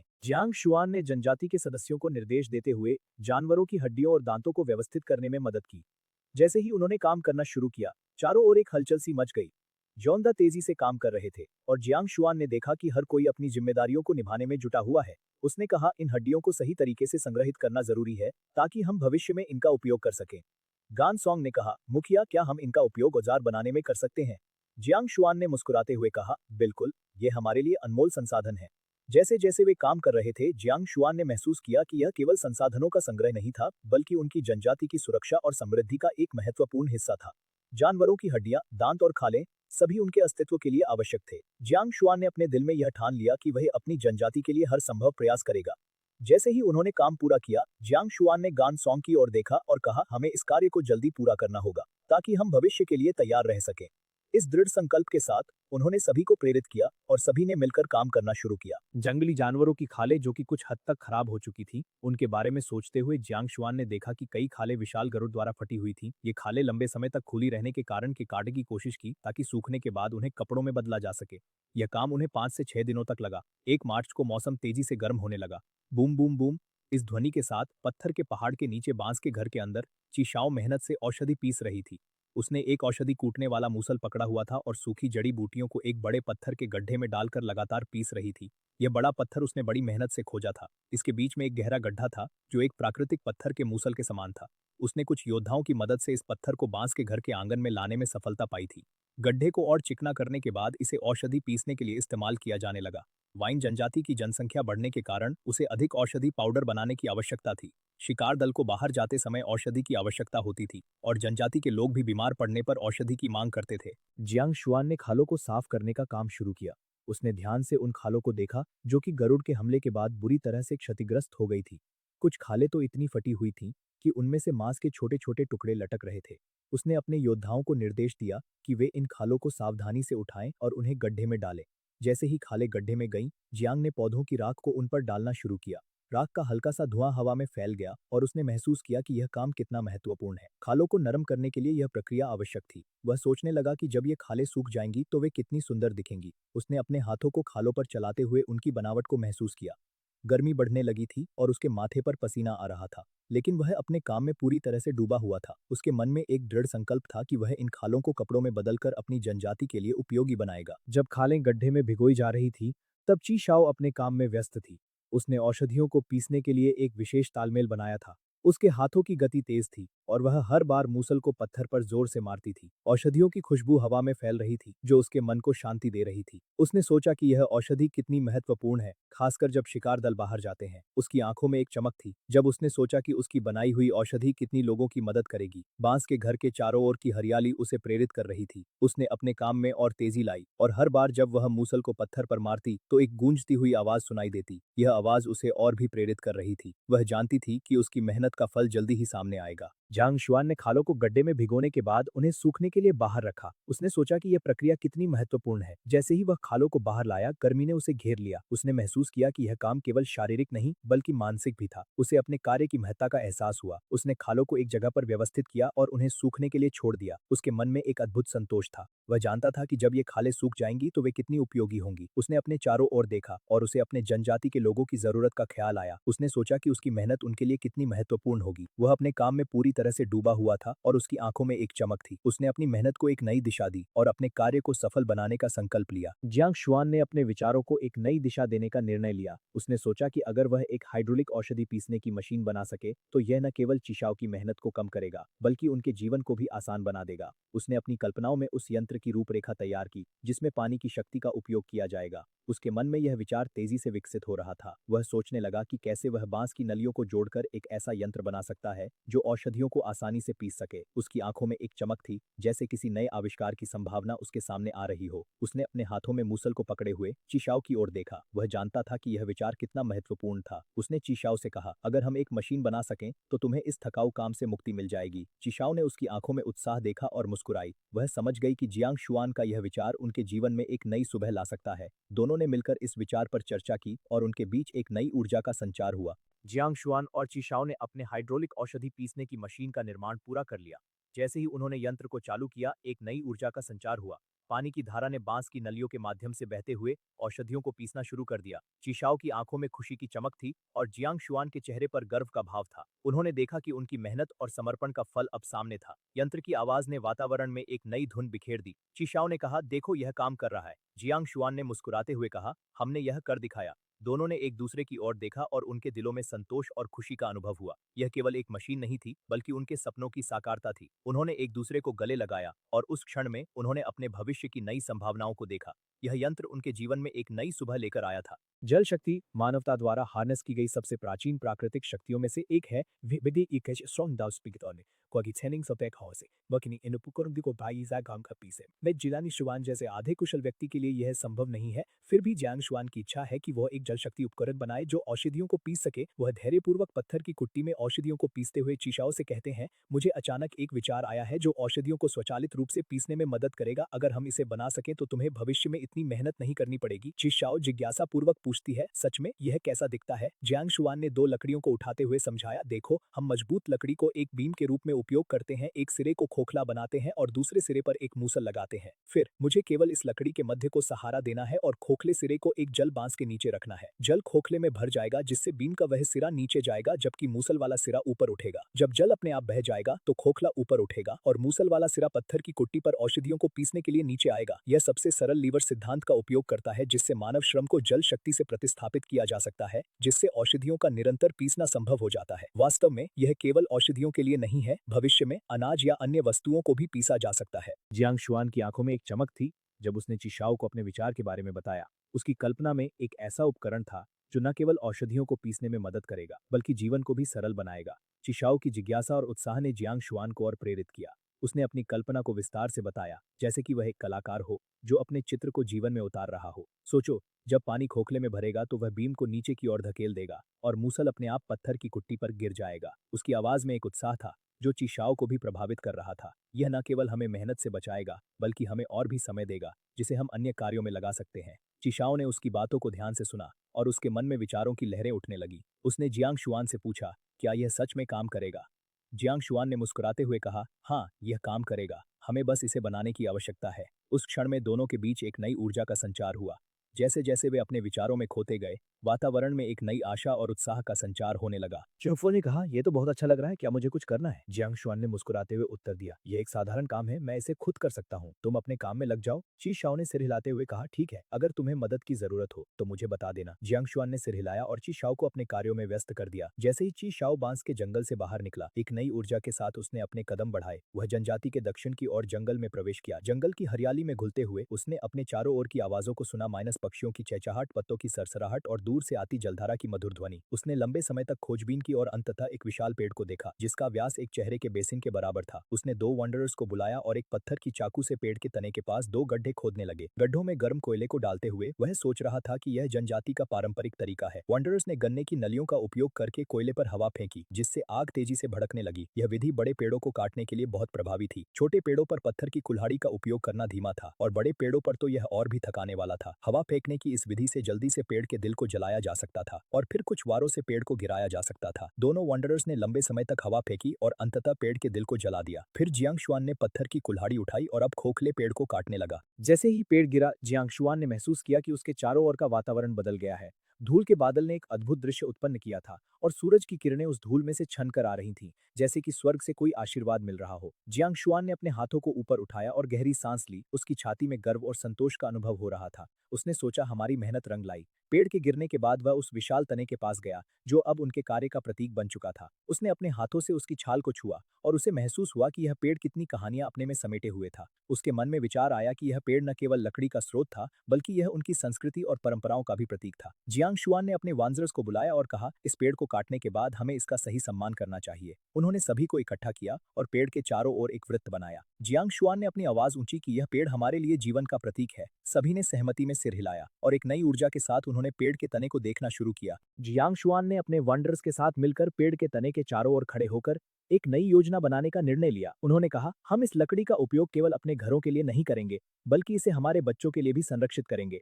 उसकी आवाज में दृढ़ता थी और सभी ने उसकी बातों को ध्यान से सुना। उन्होंने पेड़ के तने को देखकर उसकी विशालता का सम्मान किया। जियांग शुआन ने आगे कहा, हमें इस पेड़ से प्राप्त लकड़ी का उपयोग बुद्धिमानी से करना चाहिए। उन्होंने एकत्रित होकर विचार विमर्श किया कि कैसे वे इस लकड़ी का सर्वोत्तम उपयोग कर सकते हैं। सभी ने अपने विचार साझा किए और एक नई ऊर्जा के साथ उन्होंने यह तय किया कि वे इस लकड़ी का उपयोग घर बनाने, आग जलाने और अन्य आवश्यकताओं के लिए करेंगे। जियांग शुआन ने कहा, हम इसे बर्बाद नहीं करेंगे, यह हमारे लिए एक उपहार है। सभी ने सहमति में सिर हिलाया और एक नई भावना के साथ उन्होंने अपने कार्यों की योजना बनाई। जियांग शुआन ने महसूस किया कि यह पेड़ केवल एक पेड़ नहीं था, बल्कि यह उनकी संस्कृति का अभिन्न हिस्सा था। जियांग शुआन और उसके वंडरर्स ने मिलकर पेड़ के तने के चारों ओर एक नई ऊर्जा के साथ काम करना शुरू किया। उन्होंने लकड़ी को काटने और उसे आकार देने का कार्य शुरू किया। हर वार के साथ वे उस पेड़ की महत्ता को महसूस कर रहे थे। जियांग शुआन ने अपनी कुल्हाड़ी को उठाया और एक बार फिर से पेड़ के तने पर प्रहार किया। लकड़ी की खड़खड़ाहट और कुल्हाड़ी की आवाज ने जंगल में एक नई धुन पैदा की। हर वार के साथ वह सोच रहा था कि यह लकड़ी उनके जीवन में कितनी महत्वपूर्ण होगी। उन्होंने अपने वॉन्डरर्स को निर्देश दिया कि वे लकड़ी को सही आकार में काटे ताकि वे इसका सर्वोत्तम उपयोग कर सकें। जैसे जैसे वे काम कर रहे थे, जंगल की आवाजें उनके चारों ओर गूंज रही थीं, माइनस पक्षियों की चहचहाहट, हवा की सरसराहट और दूर से आती जलधारा की आवाज। जियांग शुआन ने महसूस किया कि यह केवल एक कार्य नहीं था, बल्कि यह उनके जीवन का एक नया अध्याय था। उन्होंने अपने वॉन्डरर्स से कहा, यह लकड़ी हमारे लिए एक नया जीवन लाएगी। सभी ने सहमति में सिर हिलाया और एक नई भावना के साथ उन्होंने अपने कार्य को जारी रखा। जियांग शुआन ने बड़े पेड़ के अतिरिक्त हिस्सों को हटाने के बाद उसे ची शाओ के आंगन की ओर ले जाना शुरू किया।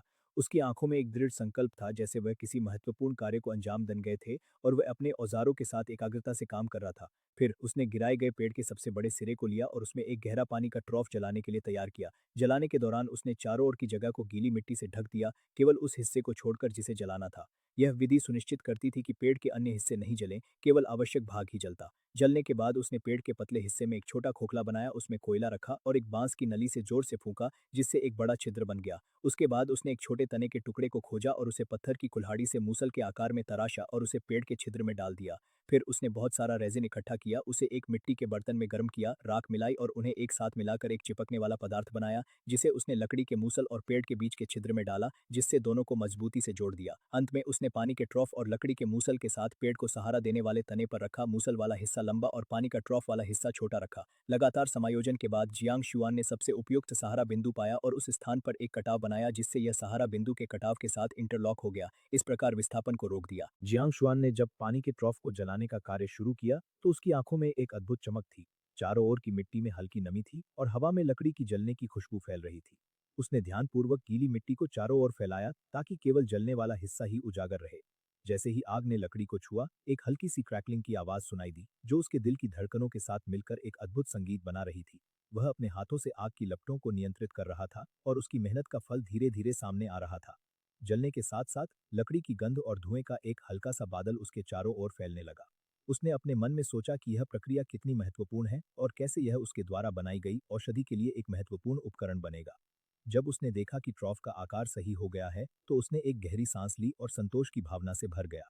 उसके चेहरे पर एक हल्की मुस्कान थी, जैसे उसने किसी कठिन कार्य को सफलतापूर्वक पूरा कर लिया हो।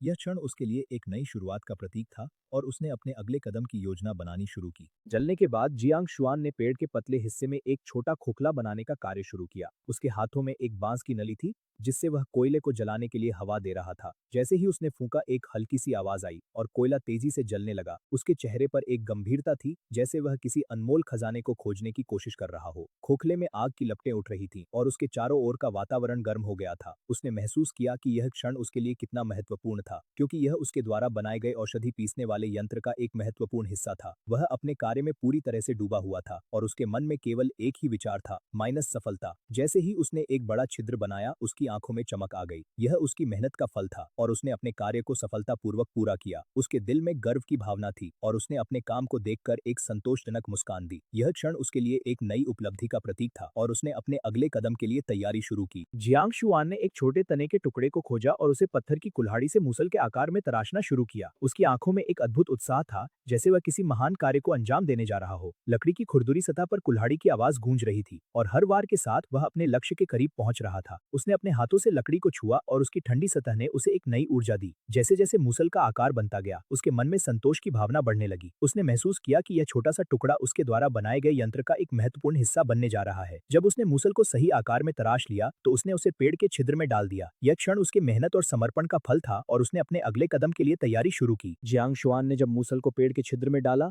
तो उसने एक नई ऊर्जा महसूस की। उसने बहुत सारा रेजिन इकट्ठा किया और उसे एक मिट्टी के बर्तन में गर्म किया। गर्म रेजिन की खुशबू हवा में फैलने लगी और उसने राख को मिलाकर एक चिपकने वाला पदार्थ तैयार किया। उसके हाथों में यह चिपकने वाला पदार्थ एक नई शक्ति की तरह महसूस हो रहा था, जैसे यह उसके द्वारा बनाए गए यंत्र को एकजुट करने वाला हो। उसने इसे लकड़ी के मूसल और पेड़ के बीच के छिद्र में डाला और जैसे ही उसने इसे डाला, एक संतोषजनक ध्वनि सुनाई दी। यह ध्वनि उसके लिए एक नई उपलब्धि का प्रतीक थी। उसने महसूस किया कि यह क्षण कितना महत्वपूर्ण था क्योंकि यह उसके द्वारा किए गए कार्य का अंतिम चरण था। उसने ध्यान से देखा कि सब कुछ सही तरीके से जुड़ गया है और उसके चेहरे पर एक हल्की मुस्कान थी। यह उसकी मेहनत का फल था और उसने अपने काम को देखकर गर्व महसूस किया। अंत में उसने पेड़ को सहारा देने वाले तने पर रखा और लगातार समायोजन करते हुए उसने सबसे उपयुक्त सहारा बिंदु पाया। यह क्षण उसके लिए एक नई शुरुआत का प्रतीक था और उसने अपने कार्य को सफलतापूर्वक पूरा किया। जियांग शुआन ने अपनी मेहनत का फल देखा जब उसने अपने बनाए यंत्र को ची शाओ के सामने प्रस्तुत किया।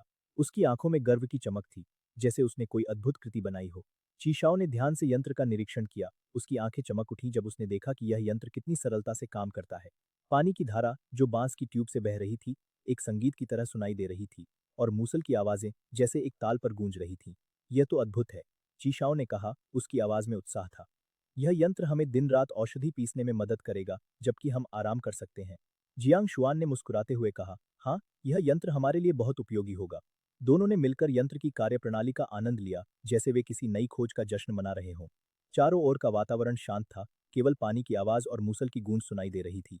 यह एक नई शुरुआत थी, जहां विज्ञान और प्रकृति का संगम हो रहा था। जैसे ही जियांग शुआन और ची शाओ ने यंत्र की कार्यप्रणाली को समझा, उनके दिलों में एक नई उम्मीद का संचार हुआ। जियांग शुआन ने बांस की ट्यूब से पानी का प्रवाह बढ़ाया, जिससे यंत्र की गति और तेज हो गई। मूसल की आवाजें अब और भी तेज हो गईं, जैसे कोई उत्सव मनाया जा रहा हो। ची शाओ ने कहा, क्या तुमने कभी सोचा था कि हम इस तरह की तकनीक विकसित कर सकेंगे? जियांग शुआन ने सिर हिलाया, नहीं, लेकिन अब जब मैंने इसे बनाया है तो मुझे विश्वास है कि हम और भी जटिल यंत्र बना सकते हैं। दोनों ने एक दूसरे की आंखों में देखा, जैसे वे एक नए युग की शुरुआत कर रहे हों। वातावरण में एक हल्की सी खुशबू थी जो मिट्टी और ताजगी का मिश्रण थी। यह यंत्र केवल एक औषधि पीसने का यंत्र नहीं था, बल्कि यह उनके सपनों और आकांक्षाओं का प्रतीक बन गया था। जियांग शुआन ने अपनी आंखों में चमक के साथ चीशाओ की ओर देखा, जो अपनी आंखें बंद किए हुए थी। उसके चारों ओर एक अदृश्य शक्ति का चक्र था, जो उसे एक जादुई आभा में लिपटे हुए प्रतीत हो रहा था। जैसे ही उसने अपनी आंखें खोली, उसके चेहरे पर एक अनोखी चमक थी, जो उसकी आस्था और विश्वास को दर्शा रही थी। वाइन भगवान ने मुझे बताया है कि वह अब हमारे साथ है और उसकी शक्ति हमारे भीतर प्रवाहित हो रही है। यह एक अद्भुत अनुभव था, जैसे प्रकृति भी उनके साथ थी। जियांग शुआन ने अपने दिल में एक नई ऊर्जा का अनुभव किया। उसने महसूस किया कि अब उनके पास एक नई शक्ति है, जो उन्हें आगे बढ़ने में मदद करेगी। उसके मन में विचार आया कि अगर वाइन भगवान की शक्ति उनके साथ है, तो वे किसी भी चुनौती का सामना कर सकते हैं। सभी लोग एक दूसरे को देखकर मुस्कुरा रहे थे और एक नई आशा का संचार हो रहा था। जियांग शुआन ने अपने हाथों को उठाया और कहा, हम सब मिलकर वाइन भगवान की शक्ति को स्वीकार करते हैं और अपने जनजाति की सुरक्षा के लिए लड़ेंगे। यह सुनकर सभी ने एक साथ चिल्लाया, हम वाइन भगवान के साथ हैं। यह एक ऐसा क्षण था जो हमेशा के लिए उनके दिलों में बस जाएगा। जियांग शुआन ने भीड़ को तितर-बितर किया और सभी जनजाति के लोगों को सख्ती से गोपनीयता बनाए रखने का निर्देश दिया। उन्होंने कहा, यह बात वांडरर्स को भी नहीं बतानी चाहिए, जो कुछ समय से वाइन जनजाति में रह रहे हैं। जैसे ही लोग बिखरने लगे, जियांग शुआन की उत्तेजना धीरे-धीरे शांत हो गई। उन्होंने ची शाओ से कहा, वाइन देवता का टूटना एक अच्छी बात है, लेकिन पुरानी जादूगरनी के जाने और वाइन देवता के सोने के बाद आज से हमें केवल अपने पर निर्भर रहना होगा। ची शाओ ने सिर हिलाया, उसके मन में भारी दबाव महसूस हुआ। इस अवधि के दौरान चलो जितना संभव हो सावधान और विवेकपूर्ण रहें। अगर वाइन देवता सफलतापूर्वक टूटता है तो सब कुछ बेहतर होगा। उनके बीच चर्चा चल रही थी, जिसमें शिकार के मामलों पर विचार किया जा रहा था। जियांग शुआन ने सभी वाइन जनजाति के योद्धाओं को इकट्ठा किया और घोषणा की कि आज से वे केवल निकटवर्ती जंगलों में शिकार और इकट्ठा करेंगे। उन्होंने कहा, हमें दूर की जगहों पर यात्रा करने से बचना चाहिए ताकि अप्रत्याशित समस्याओं से बच सकें। इस बीच उन्होंने बांस की नौकाएं और मछली पकड़ने के भाले बनाना जारी रखा। कुछ योद्धा तैराकी और मछली पकड़ने की कला सीखने लगे। वातावरण में एक नई ऊर्जा थी जहां सभी लोग एकजुट होकर अपने देवता की रक्षा के लिए तैयार हो रहे थे। ची शाओ और जियांग शुआन ने एक दूसरे की आंखों में देखा, उनके दिलों में एक नई आशा और संकल्प था। उन्होंने महसूस किया कि यह समय उनकी जनजाति के लिए एक नई शुरुआत का प्रतीक है। जैसे जैसे गर्मी बढ़ रही थी, वाइन जनजाति के लोग अपने कार्यों में लगे हुए थे। जंगल की हरियाली और नदी की कलकल ध्वनि ने वातावरण को जीवंत बना दिया था। जियांग शुआन ने अपने योद्धाओं को निर्देशित किया कि वे शिकार करते समय सावधानी बरतें। उन्होंने कहा, हमें एकजुट रहना होगा ताकि हम किसी भी खतरे का सामना कर सकें। चिशाओ ने भी अपनी बात रखी, हमारी सुरक्षा हमारी प्राथमिकता है और हमें अपने देवता की नींद के दौरान एकजुट रहना होगा। सभी ने सहमति में सिर हिलाया और उनमें एक नई ऊर्जा का संचार हुआ। उन्होंने महसूस किया कि यह समय केवल उनके लिए नहीं, बल्कि उनके देवता के लिए भी महत्वपूर्ण है। वाइन जनजाति के लोग अपनी नई रणनीतियों पर काम कर रहे थे और हर कोई अपने कार्य में व्यस्त था। जियांग शुआन ने अपने योद्धाओं को एकत्रित किया और कहा, हमारी सुरक्षा के लिए हमें निकटवर्ती जंगलों में ही रहना होगा। चिशाओ ने कहा, हमारी एकता ही हमारी ताकत है। जैसे जैसे दिन बीत रहे थे, वाइन देवता की नींद में गहराई आ रही थी और जनजाति के लोग अपनी सुरक्षा के लिए एकजुट हो रहे थे। उन्होंने महसूस किया कि यह समय केवल अस्तित्व का नहीं, बल्कि अपने देवता के प्रति अपनी निष्ठा साबित करने का भी है। सभी ने एक दूसरे का हाथ थाम लिया और एक नई शुरुआत की ओर बढ़ने का संकल्प लिया। जियांग शुआन ने जब उत्तर की ओर बढ़ते हुए हेड बाइटिंग फूलों की पंक्ति की ओर कदम बढ़ाया, तो उनके मन में एक अद्भुत उत्साह था। जैसे जैसे वो आगे बढ़ते गए, चारों ओर की हरियाली ने उन्हें एक अद्भुत दुनिया में खो जाने का एहसास कराया। फूलों की सुगंध हवा में तैर रही थी और जियांग शुआन ने गहरी सांस ली, जैसे कि वह इस अद्भुत वातावरण को अपने अंदर समाहित करना चाहते हो। हेड बाइटिंग फूलों की लाल पंखुड़ियां सूरज की किरणों में चमक रही थीं, जैसे कि वे किसी जादुई दुनिया के दरवाजे पर खड़े हों। जियांग शुआन ने ध्यान से देखा और उन्हें यह जानकर खुशी हुई कि ये फूल न केवल जीवित हैं, बल्कि उनकी संख्या भी बढ़ी है। अचानक एक मधुमक्खी ने एक फूल की ओर उड़ान भरी और जियांग शुआन ने उसे ध्यान से देखा। जैसे ही मधुमक्खी ने अमृत चूसने का प्रयास किया, फूल ने अपनी पंखुड़ियों को तेजी से बंद कर लिया और जियांग शुआन ने एक झटका महसूस किया। यह दृश्य उसके मन में गहरी छाप छोड़ गया। यह कितनी अद्भुत प्रक्रिया है, उसने सोचा। जियांग शुआन ने अपने हाथों में एक छोटे से पत्थर को उठाया और उसे फूल की ओर फेंका। फूल ने तुरंत अपनी पंखुड़ियों को खोलकर पत्थर को निगल लिया। यह देखकर जियांग शुआन की आंखों में चमक आ गई।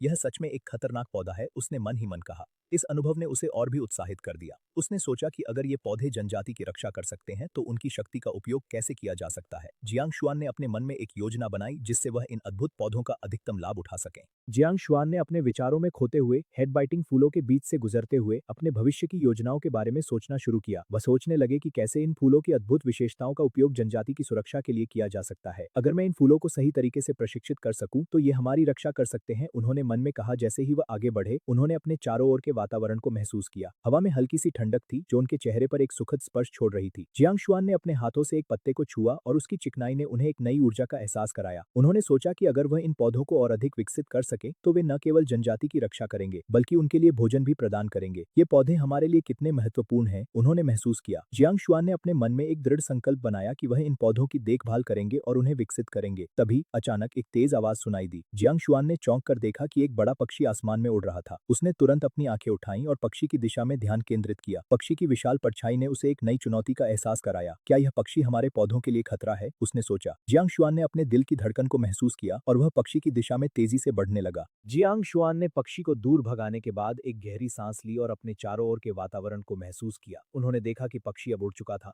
और उनके पौधे सुरक्षित थे। उन्होंने मन में सोचा, यह केवल एक लड़ाई नहीं थी, बल्कि यह उनके लिए एक नई शुरुआत थी। जियांग शुआन ने अपने हाथों में एक छोटे से अंकुर को उठाया और उसे प्यार से छुआ। तुम्हारी रक्षा करना मेरी जिम्मेदारी है, उन्होंने कहा। जैसे ही उन्होंने पौधे को देखा, उन्हें यह एहसास हुआ कि यह पौधा केवल एक पौधा नहीं है, बल्कि उनके सपनों और संघर्षों का प्रतीक है। उन्होंने अपने दिल में ठान लिया कि वह इन पौधों को और विकसित करेंगे, ताकि वे न केवल उनकी रक्षा कर सकें, बल्कि जनजाति के लिए भी एक नई आशा बन सकें। जियांग शुआन ने अपने मन में एक नई योजना बनाई जिसमें वह अपने पौधों की देखभाल करेंगे और उन्हें मजबूत बनाएंगे। हमारी जनजाति का भविष्य इन पौधों में है, उन्होंने दृढ़ता से कहा। यह पल उनके लिए एक प्रेरणा बन गया और उन्होंने अपने जीवन के इस नए अध्याय की ओर कदम बढ़ाया। प्राकृतिक सौंदर्य से भरी एक शांत सुबह थी जब अचानक मौसम में बदलाव आया। अप्रैल का महीना शुरू होते ही गर्मी ने अपने पंख फैलाने शुरू कर दिए थे। आसमान में बादल घेरने लगे थे और गरजने वाली गड़गड़ाहट ने वातावरण को हल्का सा भयभीत कर दिया था। इस समय थंडर माउंटेन के पास वाइन जनजाति के दक्षिण में एक अद्भुत दृश्य उत्पन्न हुआ। बर्ड बिक्ट मच्छरों का एक बड़ा झुंड तेजी से उड़ रहा था। उनके पीछे मच्छर जनजाति की शिकार टीम थी। यह दृश्य न केवल रोमांचक था बल्कि एक अद्वितीय खतरे का संकेत भी था। मच्छरों की संख्या में तेजी से वृद्धि हो रही थी और उनकी आक्रमण क्षमता भी इस मौसम में अपने चरम पर थी। मच्छर जनजाति ने लगभग एक साल में ग्रेट स्वैम्प में अपनी स्थिति को मजबूत कर लिया था, दो कमजोर जनजातियों को समाप्त कर दिया था और अपनी शक्ति और जनसंख्या को तेजी से बढ़ाया था। इस समय बर्ड बिक्ड मच्छरों की गतिविधियों ने जनजाति के आत्मविश्वास को और बढ़ा दिया था। बज बज बज की आवाज ने वातावरण को जीवंत बना दिया था। मच्छर जनजाति की शिकार टीम ने जंगल में तेजी से आगे बढ़ना शुरू किया। यह एक अद्भुत दृश्य था जहां हरियाली से भरे जंगल में चिड़ियों की चहचहाहट और पत्तों की सरसराहट सुनाई दे रही थी। बर्ड बिग मच्छर आगे बढ़कर खतरे का पता लगाने में लगे थे और उनकी निडरता ने शिकार टीम के सदस्यों को आत्मविश्वास से भर दिया था। इस टीम में लगभग 80 लोग थे, जिनका नेतृत्व हुआ वेन नामक एक शक्तिशाली 3 कलर योद्धा कर रहा था। उसकी आंखों में एक चतुराई और क्रूरता का मिश्रण था। हम जनजाति के करीब पहुंच रहे हैं, फैल जाओ और सावधान रहो, हुआ वेन ने आदेश दिया। उसके शब्दों ने सभी योद्धाओं में एक नई ऊर्जा भर दी। तुरंत 80 योद्धा चारों ओर फैल गए और बर्ड बिग मच्छरों के मार्गदर्शन में चुपचाप आगे बढ़ने लगे। यह दृश्य एक अद्वितीय साहसिकता का प्रतीक था, जहां हर योद्धा अपने लक्ष्य की ओर बढ़ रहा था। जंगल की गहराइयों में मच्छर जनजाति की शिकार टीम ने अपने लक्ष्य की ओर बढ़ना जारी रखा। हर कदम पर पत्तों की खड़खड़ाहट और दूर से आती हुई चिड़ियों की आवाजें सुनाई दे रही थी। हवा में एक हल्की सी गंध थी जो जंगल की ताजगी और जीवन को दर्शा रही थी। हुआ वैन की आंखों में एक चमक थी जो उसके इरादों को स्पष्ट रूप से दर्शा रही थी। वह जानता था कि यह अवसर उनके लिए कितना महत्वपूर्ण था। हमारी रणनीति को सफल बनाना है, हमें वाइन जनजाति के बारे में सब कुछ जानना होगा, उसने अपने साथियों को समझाया। उसके शब्दों में एक दृढ़ता थी जो सभी योद्धाओं को प्रेरित कर रही थी। जैसे जैसे वे आगे बढ़ते गए, जंगल की हरियाली ने उन्हें अपने आगोश में ले लिया। यह एक ऐसा क्षण था जब हर योद्धा ने अपने भीतर की शक्ति को महसूस किया। जंगल की गहराइयों में मच्छर जनजाति की शिकार टीम ने अपने लक्ष्य की ओर बढ़ना जारी रखा। हर कदम पर पत्तों की खड़खड़ाहट और दूर से आती हुई चिड़ियों की आवाजें सुनाई दे रही थी। हवा में एक हल्की सी गंध थी जो जंगल की ताजगी और जीवन को दर्शा रही थी।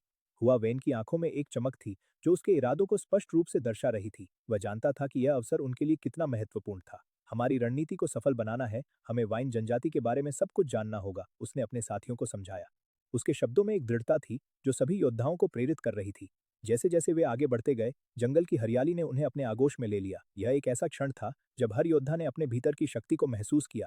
पत्थर पर्वत के नीचे बांस के घर के आंगन में चीशाओ जड़ी बूटियां बोरे की जागे औषधि पीसने में इतने समय अनुभव होता है जैसे कुछ बड़ा होने वाला है। पुरानी जादूनी ने कहा था कि जादू की शक्ति प्राप्त करने के बाद कभी कभी कोई भाग्य या आपदा का पूर्वानुमान कर सकता है। क्या कोई आपदा होने वाली है? जैसे जैसे चीशाओ इस बारे में सोचती है, उसे और अधिक गलतफहमी का एहसास होता है। वह हड्डी की जुताई छोड़कर बांस के घर में दौड़ती है। आग के गड्ढे के पास खड़ी होकर वह नृत्य करती हुई लपटों का सामना करती है। गंभीरता से प्राचीन मंत्रों का जाप करना शुरू करती है। ये वे भविष्यवाणी के जादू हैं जो पुरानी जादूनी ने उसे सिखाए थे, जो भविष्यवाणियों के माध्यम से भाग्य को अधिक सटीकता से पूर्वानुमान करने के लिए उपयोग किए जाते हैं। जैसे जैसे मंत्र का जाप होता है, आग की लपटें अचानक ऊंची उठने लगती हैं और एक अजीब लय में नृत्य करने लगती हैं। चीशाओ की अधिकांश जादुई शक्ति उसकी आंखों में इकट्ठा होती है। यदि कोई वहां होता तो वह देखता कि उसकी आंखें कांच की तरह चमक रही हैं, जिसमें एक हल्की रोशनी निकल रही है। जब मंत्र समाप्त होता है, चीशाओ अपनी नजरें लपटों पर गड़ाए रखती है। उनमें एक गतिशील छवि देखती है। यह एक भयानक चोंच वाले मच्छरों का झुंड है। उसके पीछे मच्छर जनजाति के कई योद्धा हैं। जैसे ही चीशाओ और स्पष्टता से देखने की कोशिश करती है, लपटों में छवि गायब हो जाती है। चीशाओ की बेचैनी बढ़ती जा रही है। जैसे ही वह बांस के घर में प्रवेश करती है, उसके मन में अजीब सी आशंका घर करने लगती है। आग के गड्ढे के पास खड़े होकर वह अपनी आंखों को बंद कर लेती है और गहरी सांस लेती है। लपटों की गर्मी उसकी त्वचा को छूती है जैसे वह उसे किसी अनजान खतरे से आगाह कर रही हो। वह अपने भीतर की शक्ति को महसूस करती है जो उसे पुरानी जादूनी द्वारा सिखाए गए मंत्रों को उच्चारण करने के लिए प्रेरित करती है। दो दे उसकी आवाज में एक गूंज है जो आग की लपटों के साथ मिलकर एक जादुई वातावरण का निर्माण करती है। जैसे ही वह मंत्र का जाप करती है, आग की लपटें और भी ऊंची उठने लगती हैं जैसे वे उसकी शक्ति को पहचान रही हों। चीशाओ की आंखों में एक चमक आ जाती है जैसे वह किसी अदृश्य दुनिया में प्रवेश कर रही हो। उसकी आंखों से निकलती रोशनी आग की लपटों में मिलकर एक अद्भुत दृश्य का निर्माण करती है। वह देखती है कि लपटों में एक भयानक छवि उभरती है जिसमें चोंच वाले मच्छरों का झुंड है। यह दृश्य उसे भयभीत करता है, लेकिन साथ ही उसे यह भी एहसास होता है कि यह उसके भविष्य का संकेत है। जैसे ही वह और स्पष्टता से देखने की कोशिश करती है, लपटों में से छवि गायब हो जाती है और चीशाओ को एक गहरी चिंता का अनुभव होता है। क्या यह संकेत है कि कुछ भयानक होने वाला है? उसकी धड़कनें तेज हो जाती जाती हैं और वह अपने भविष्य के प्रति चिंतित हो जाती है। आग की लपटों में उभरती छवि चिशाओ को एक अजीब सी दुनिया में ले जाती है, जहां वह मच्छरों के झुंड को देखती है जो एक भयानक संकेत के रूप में उसके सामने आते हैं। उसकी आंखों में चमक और भय का मिश्रण होता है, जैसे ही वह किसी खौफनाक सपने में खो गई हो। मच्छरों की चोंचें तेज और भयानक होती हैं और उनके पीछे मच्छर जनजाति के योद्धा खड़े होते हैं जो युद्ध के लिए तैयार हैं। चिशाओ की धड़कनें तेज हो जाती हैं और वह अपने भीतर की शक्ति को महसूस करती है। वह जानती है कि यह केवल एक सपना नहीं है, बल्कि एक चेतावनी है। जैसे ही वह और स्पष्टता से देखने की कोशिश करती है, लपटों में से छवि धुंधली होने लगती है। नहीं, चिशाओ चिल्लाती है, उसकी आवाज में एक गहरी चिंता है। वह अपनी आंखें खोलती है और लपटों की गर्मी उसे वास्तविकता में वापस खींच लाती है। लेकिन वह जानती है कि जो उसने देखा है वह केवल एक सपना नहीं था, यह एक संकेत है, एक चेतावनी। उसके मन में विचारों का तूफान चल रहा है और वह सोचती है कि उसे क्या करना चाहिए। क्या उसे अपने गांव वालों को चेतावनी देनी चाहिए? क्या वह अकेले इस खतरे का सामना कर सकती है? उसकी आंखों में एक दृढ़ता आ जाती है और वह जानती है कि उसे कुछ करना होगा। चिशाओ ने एक दबी हुई कराह निकाली।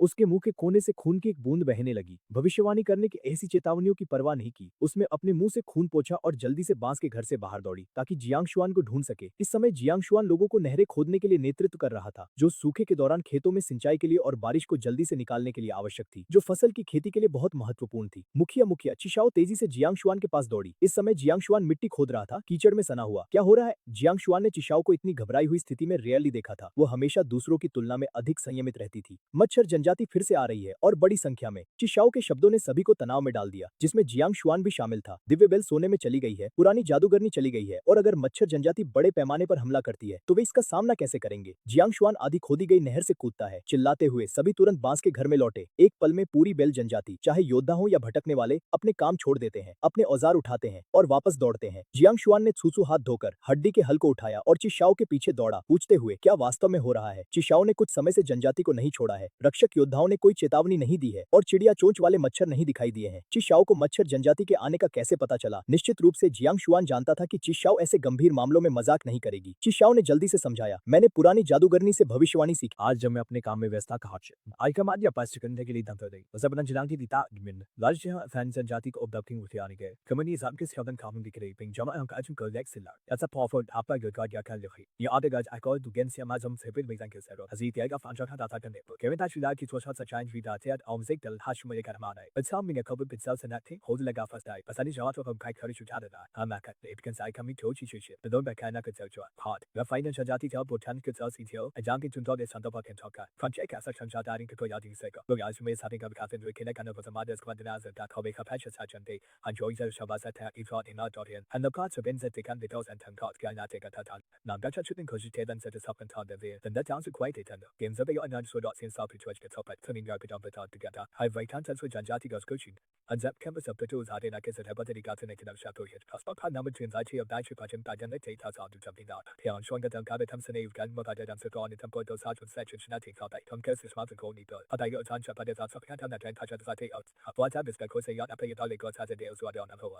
जियांगशुआन ने गांसोंग के बी इंस्ट्रोस्टी द ओमन खान चुत तजन द क्रीव फ्रिग बैंकिंग देखन जियांगशुआन ने गांसोंग की आंग ओबेनिदम कुत और सामान वरक से दूसो द फिरिया जो पबिट अबजमेंट डजन कथिवेन को इंडेगा द जुट पे गंसोंग द दुसा द शब्द साला अन्ने को सिर्फ होती सा सारी मोने और जो क्या आगे इवन बीमच बाबुज करनी चिता सबत पर ये जो हिम हाइट अमने चिकबी मिसे दे गया सुबिन द जुमान को भाषा बन्या में दिन बज भी फेन जियांगशुआन ने गांसोंग की आंग की कान द फुंग करनी सब जियांगशुआन ने काजन गते के सब क्या था ताजी का जुमरी बुख दुब सैमत मजीन शुवरी के माबन जियांगशुआन ने काजा की को बोचा गुन के कैटेगरी विजानी का sanctions at Koi, Jiang Xuan the Casa Duan of fighting the Shatin Hatcha, the Gandrin Sapa Saiko, the Demakido to Madame Satua, the Jump Xuan the Tibution is Walet on a question can go to Dickens as what shot. Ajan Xuan का दौर विचारने का इतने सारे लोगों में से कितने भाग पाएंगे यह अनिश्चित था। ठीक है, समय बहुत कम है, सभी जल्दी से सामान छिपाओ, भूमिगत गुफा के प्रवेश द्वार को सुरक्षित रूप से छिपाओ, फिर भागो। अत्यधिक अनिच्छा और निराशा के बावजूद कोई और विकल्प नहीं था। सभी ने जियांग शुआन के निर्देशों का पालन किया, महत्वपूर्ण सामान को भूमिगत गुफा में रखा, उसके प्रवेश द्वार को बंद किया और उसे छिपा दिया। मच्छर जनजाति गुफा को खोज पाएगी या नहीं अब चिंता का विषय नहीं था। जल्दी ही अधिकांश चीजें जो छिपाने की आवश्यकता थी सुरक्षित रखी गईं। दाजियाओ ने अपने दांतों को भींच लिया और जियांग शुआन से परामर्श करने के बाद उसने सभी जानवरों को छोड़ दिया जो अभी तक पूरी तरह से प्रशिक्षित नहीं थे। दाजियाओ चाहता था कि ये जानवर जंगली में लौट जाएं बजाय इसके कि मच्छर जनजाति द्वारा पकड़े जाएं। समूह ने बस कुछ भोजन और हथियार लिए फिर एकत्रित होकर भागने के लिए तैयार हो गए। इस क्षण में जियांग शुआन चिंतित था, वो सभी को बचाने का एक तरीका सोचने में लगा था। उसका सिर फटने की कगार पर था। उसे एक आंतरिक भावना थी कि यह संकट निश्चित रूप से पार किया जा सकता है, बस इतना कम समय में उसने समाधान नहीं निकाला। जियांग शुआन और उसके साथी गुफा से बाहर निकलते हैं।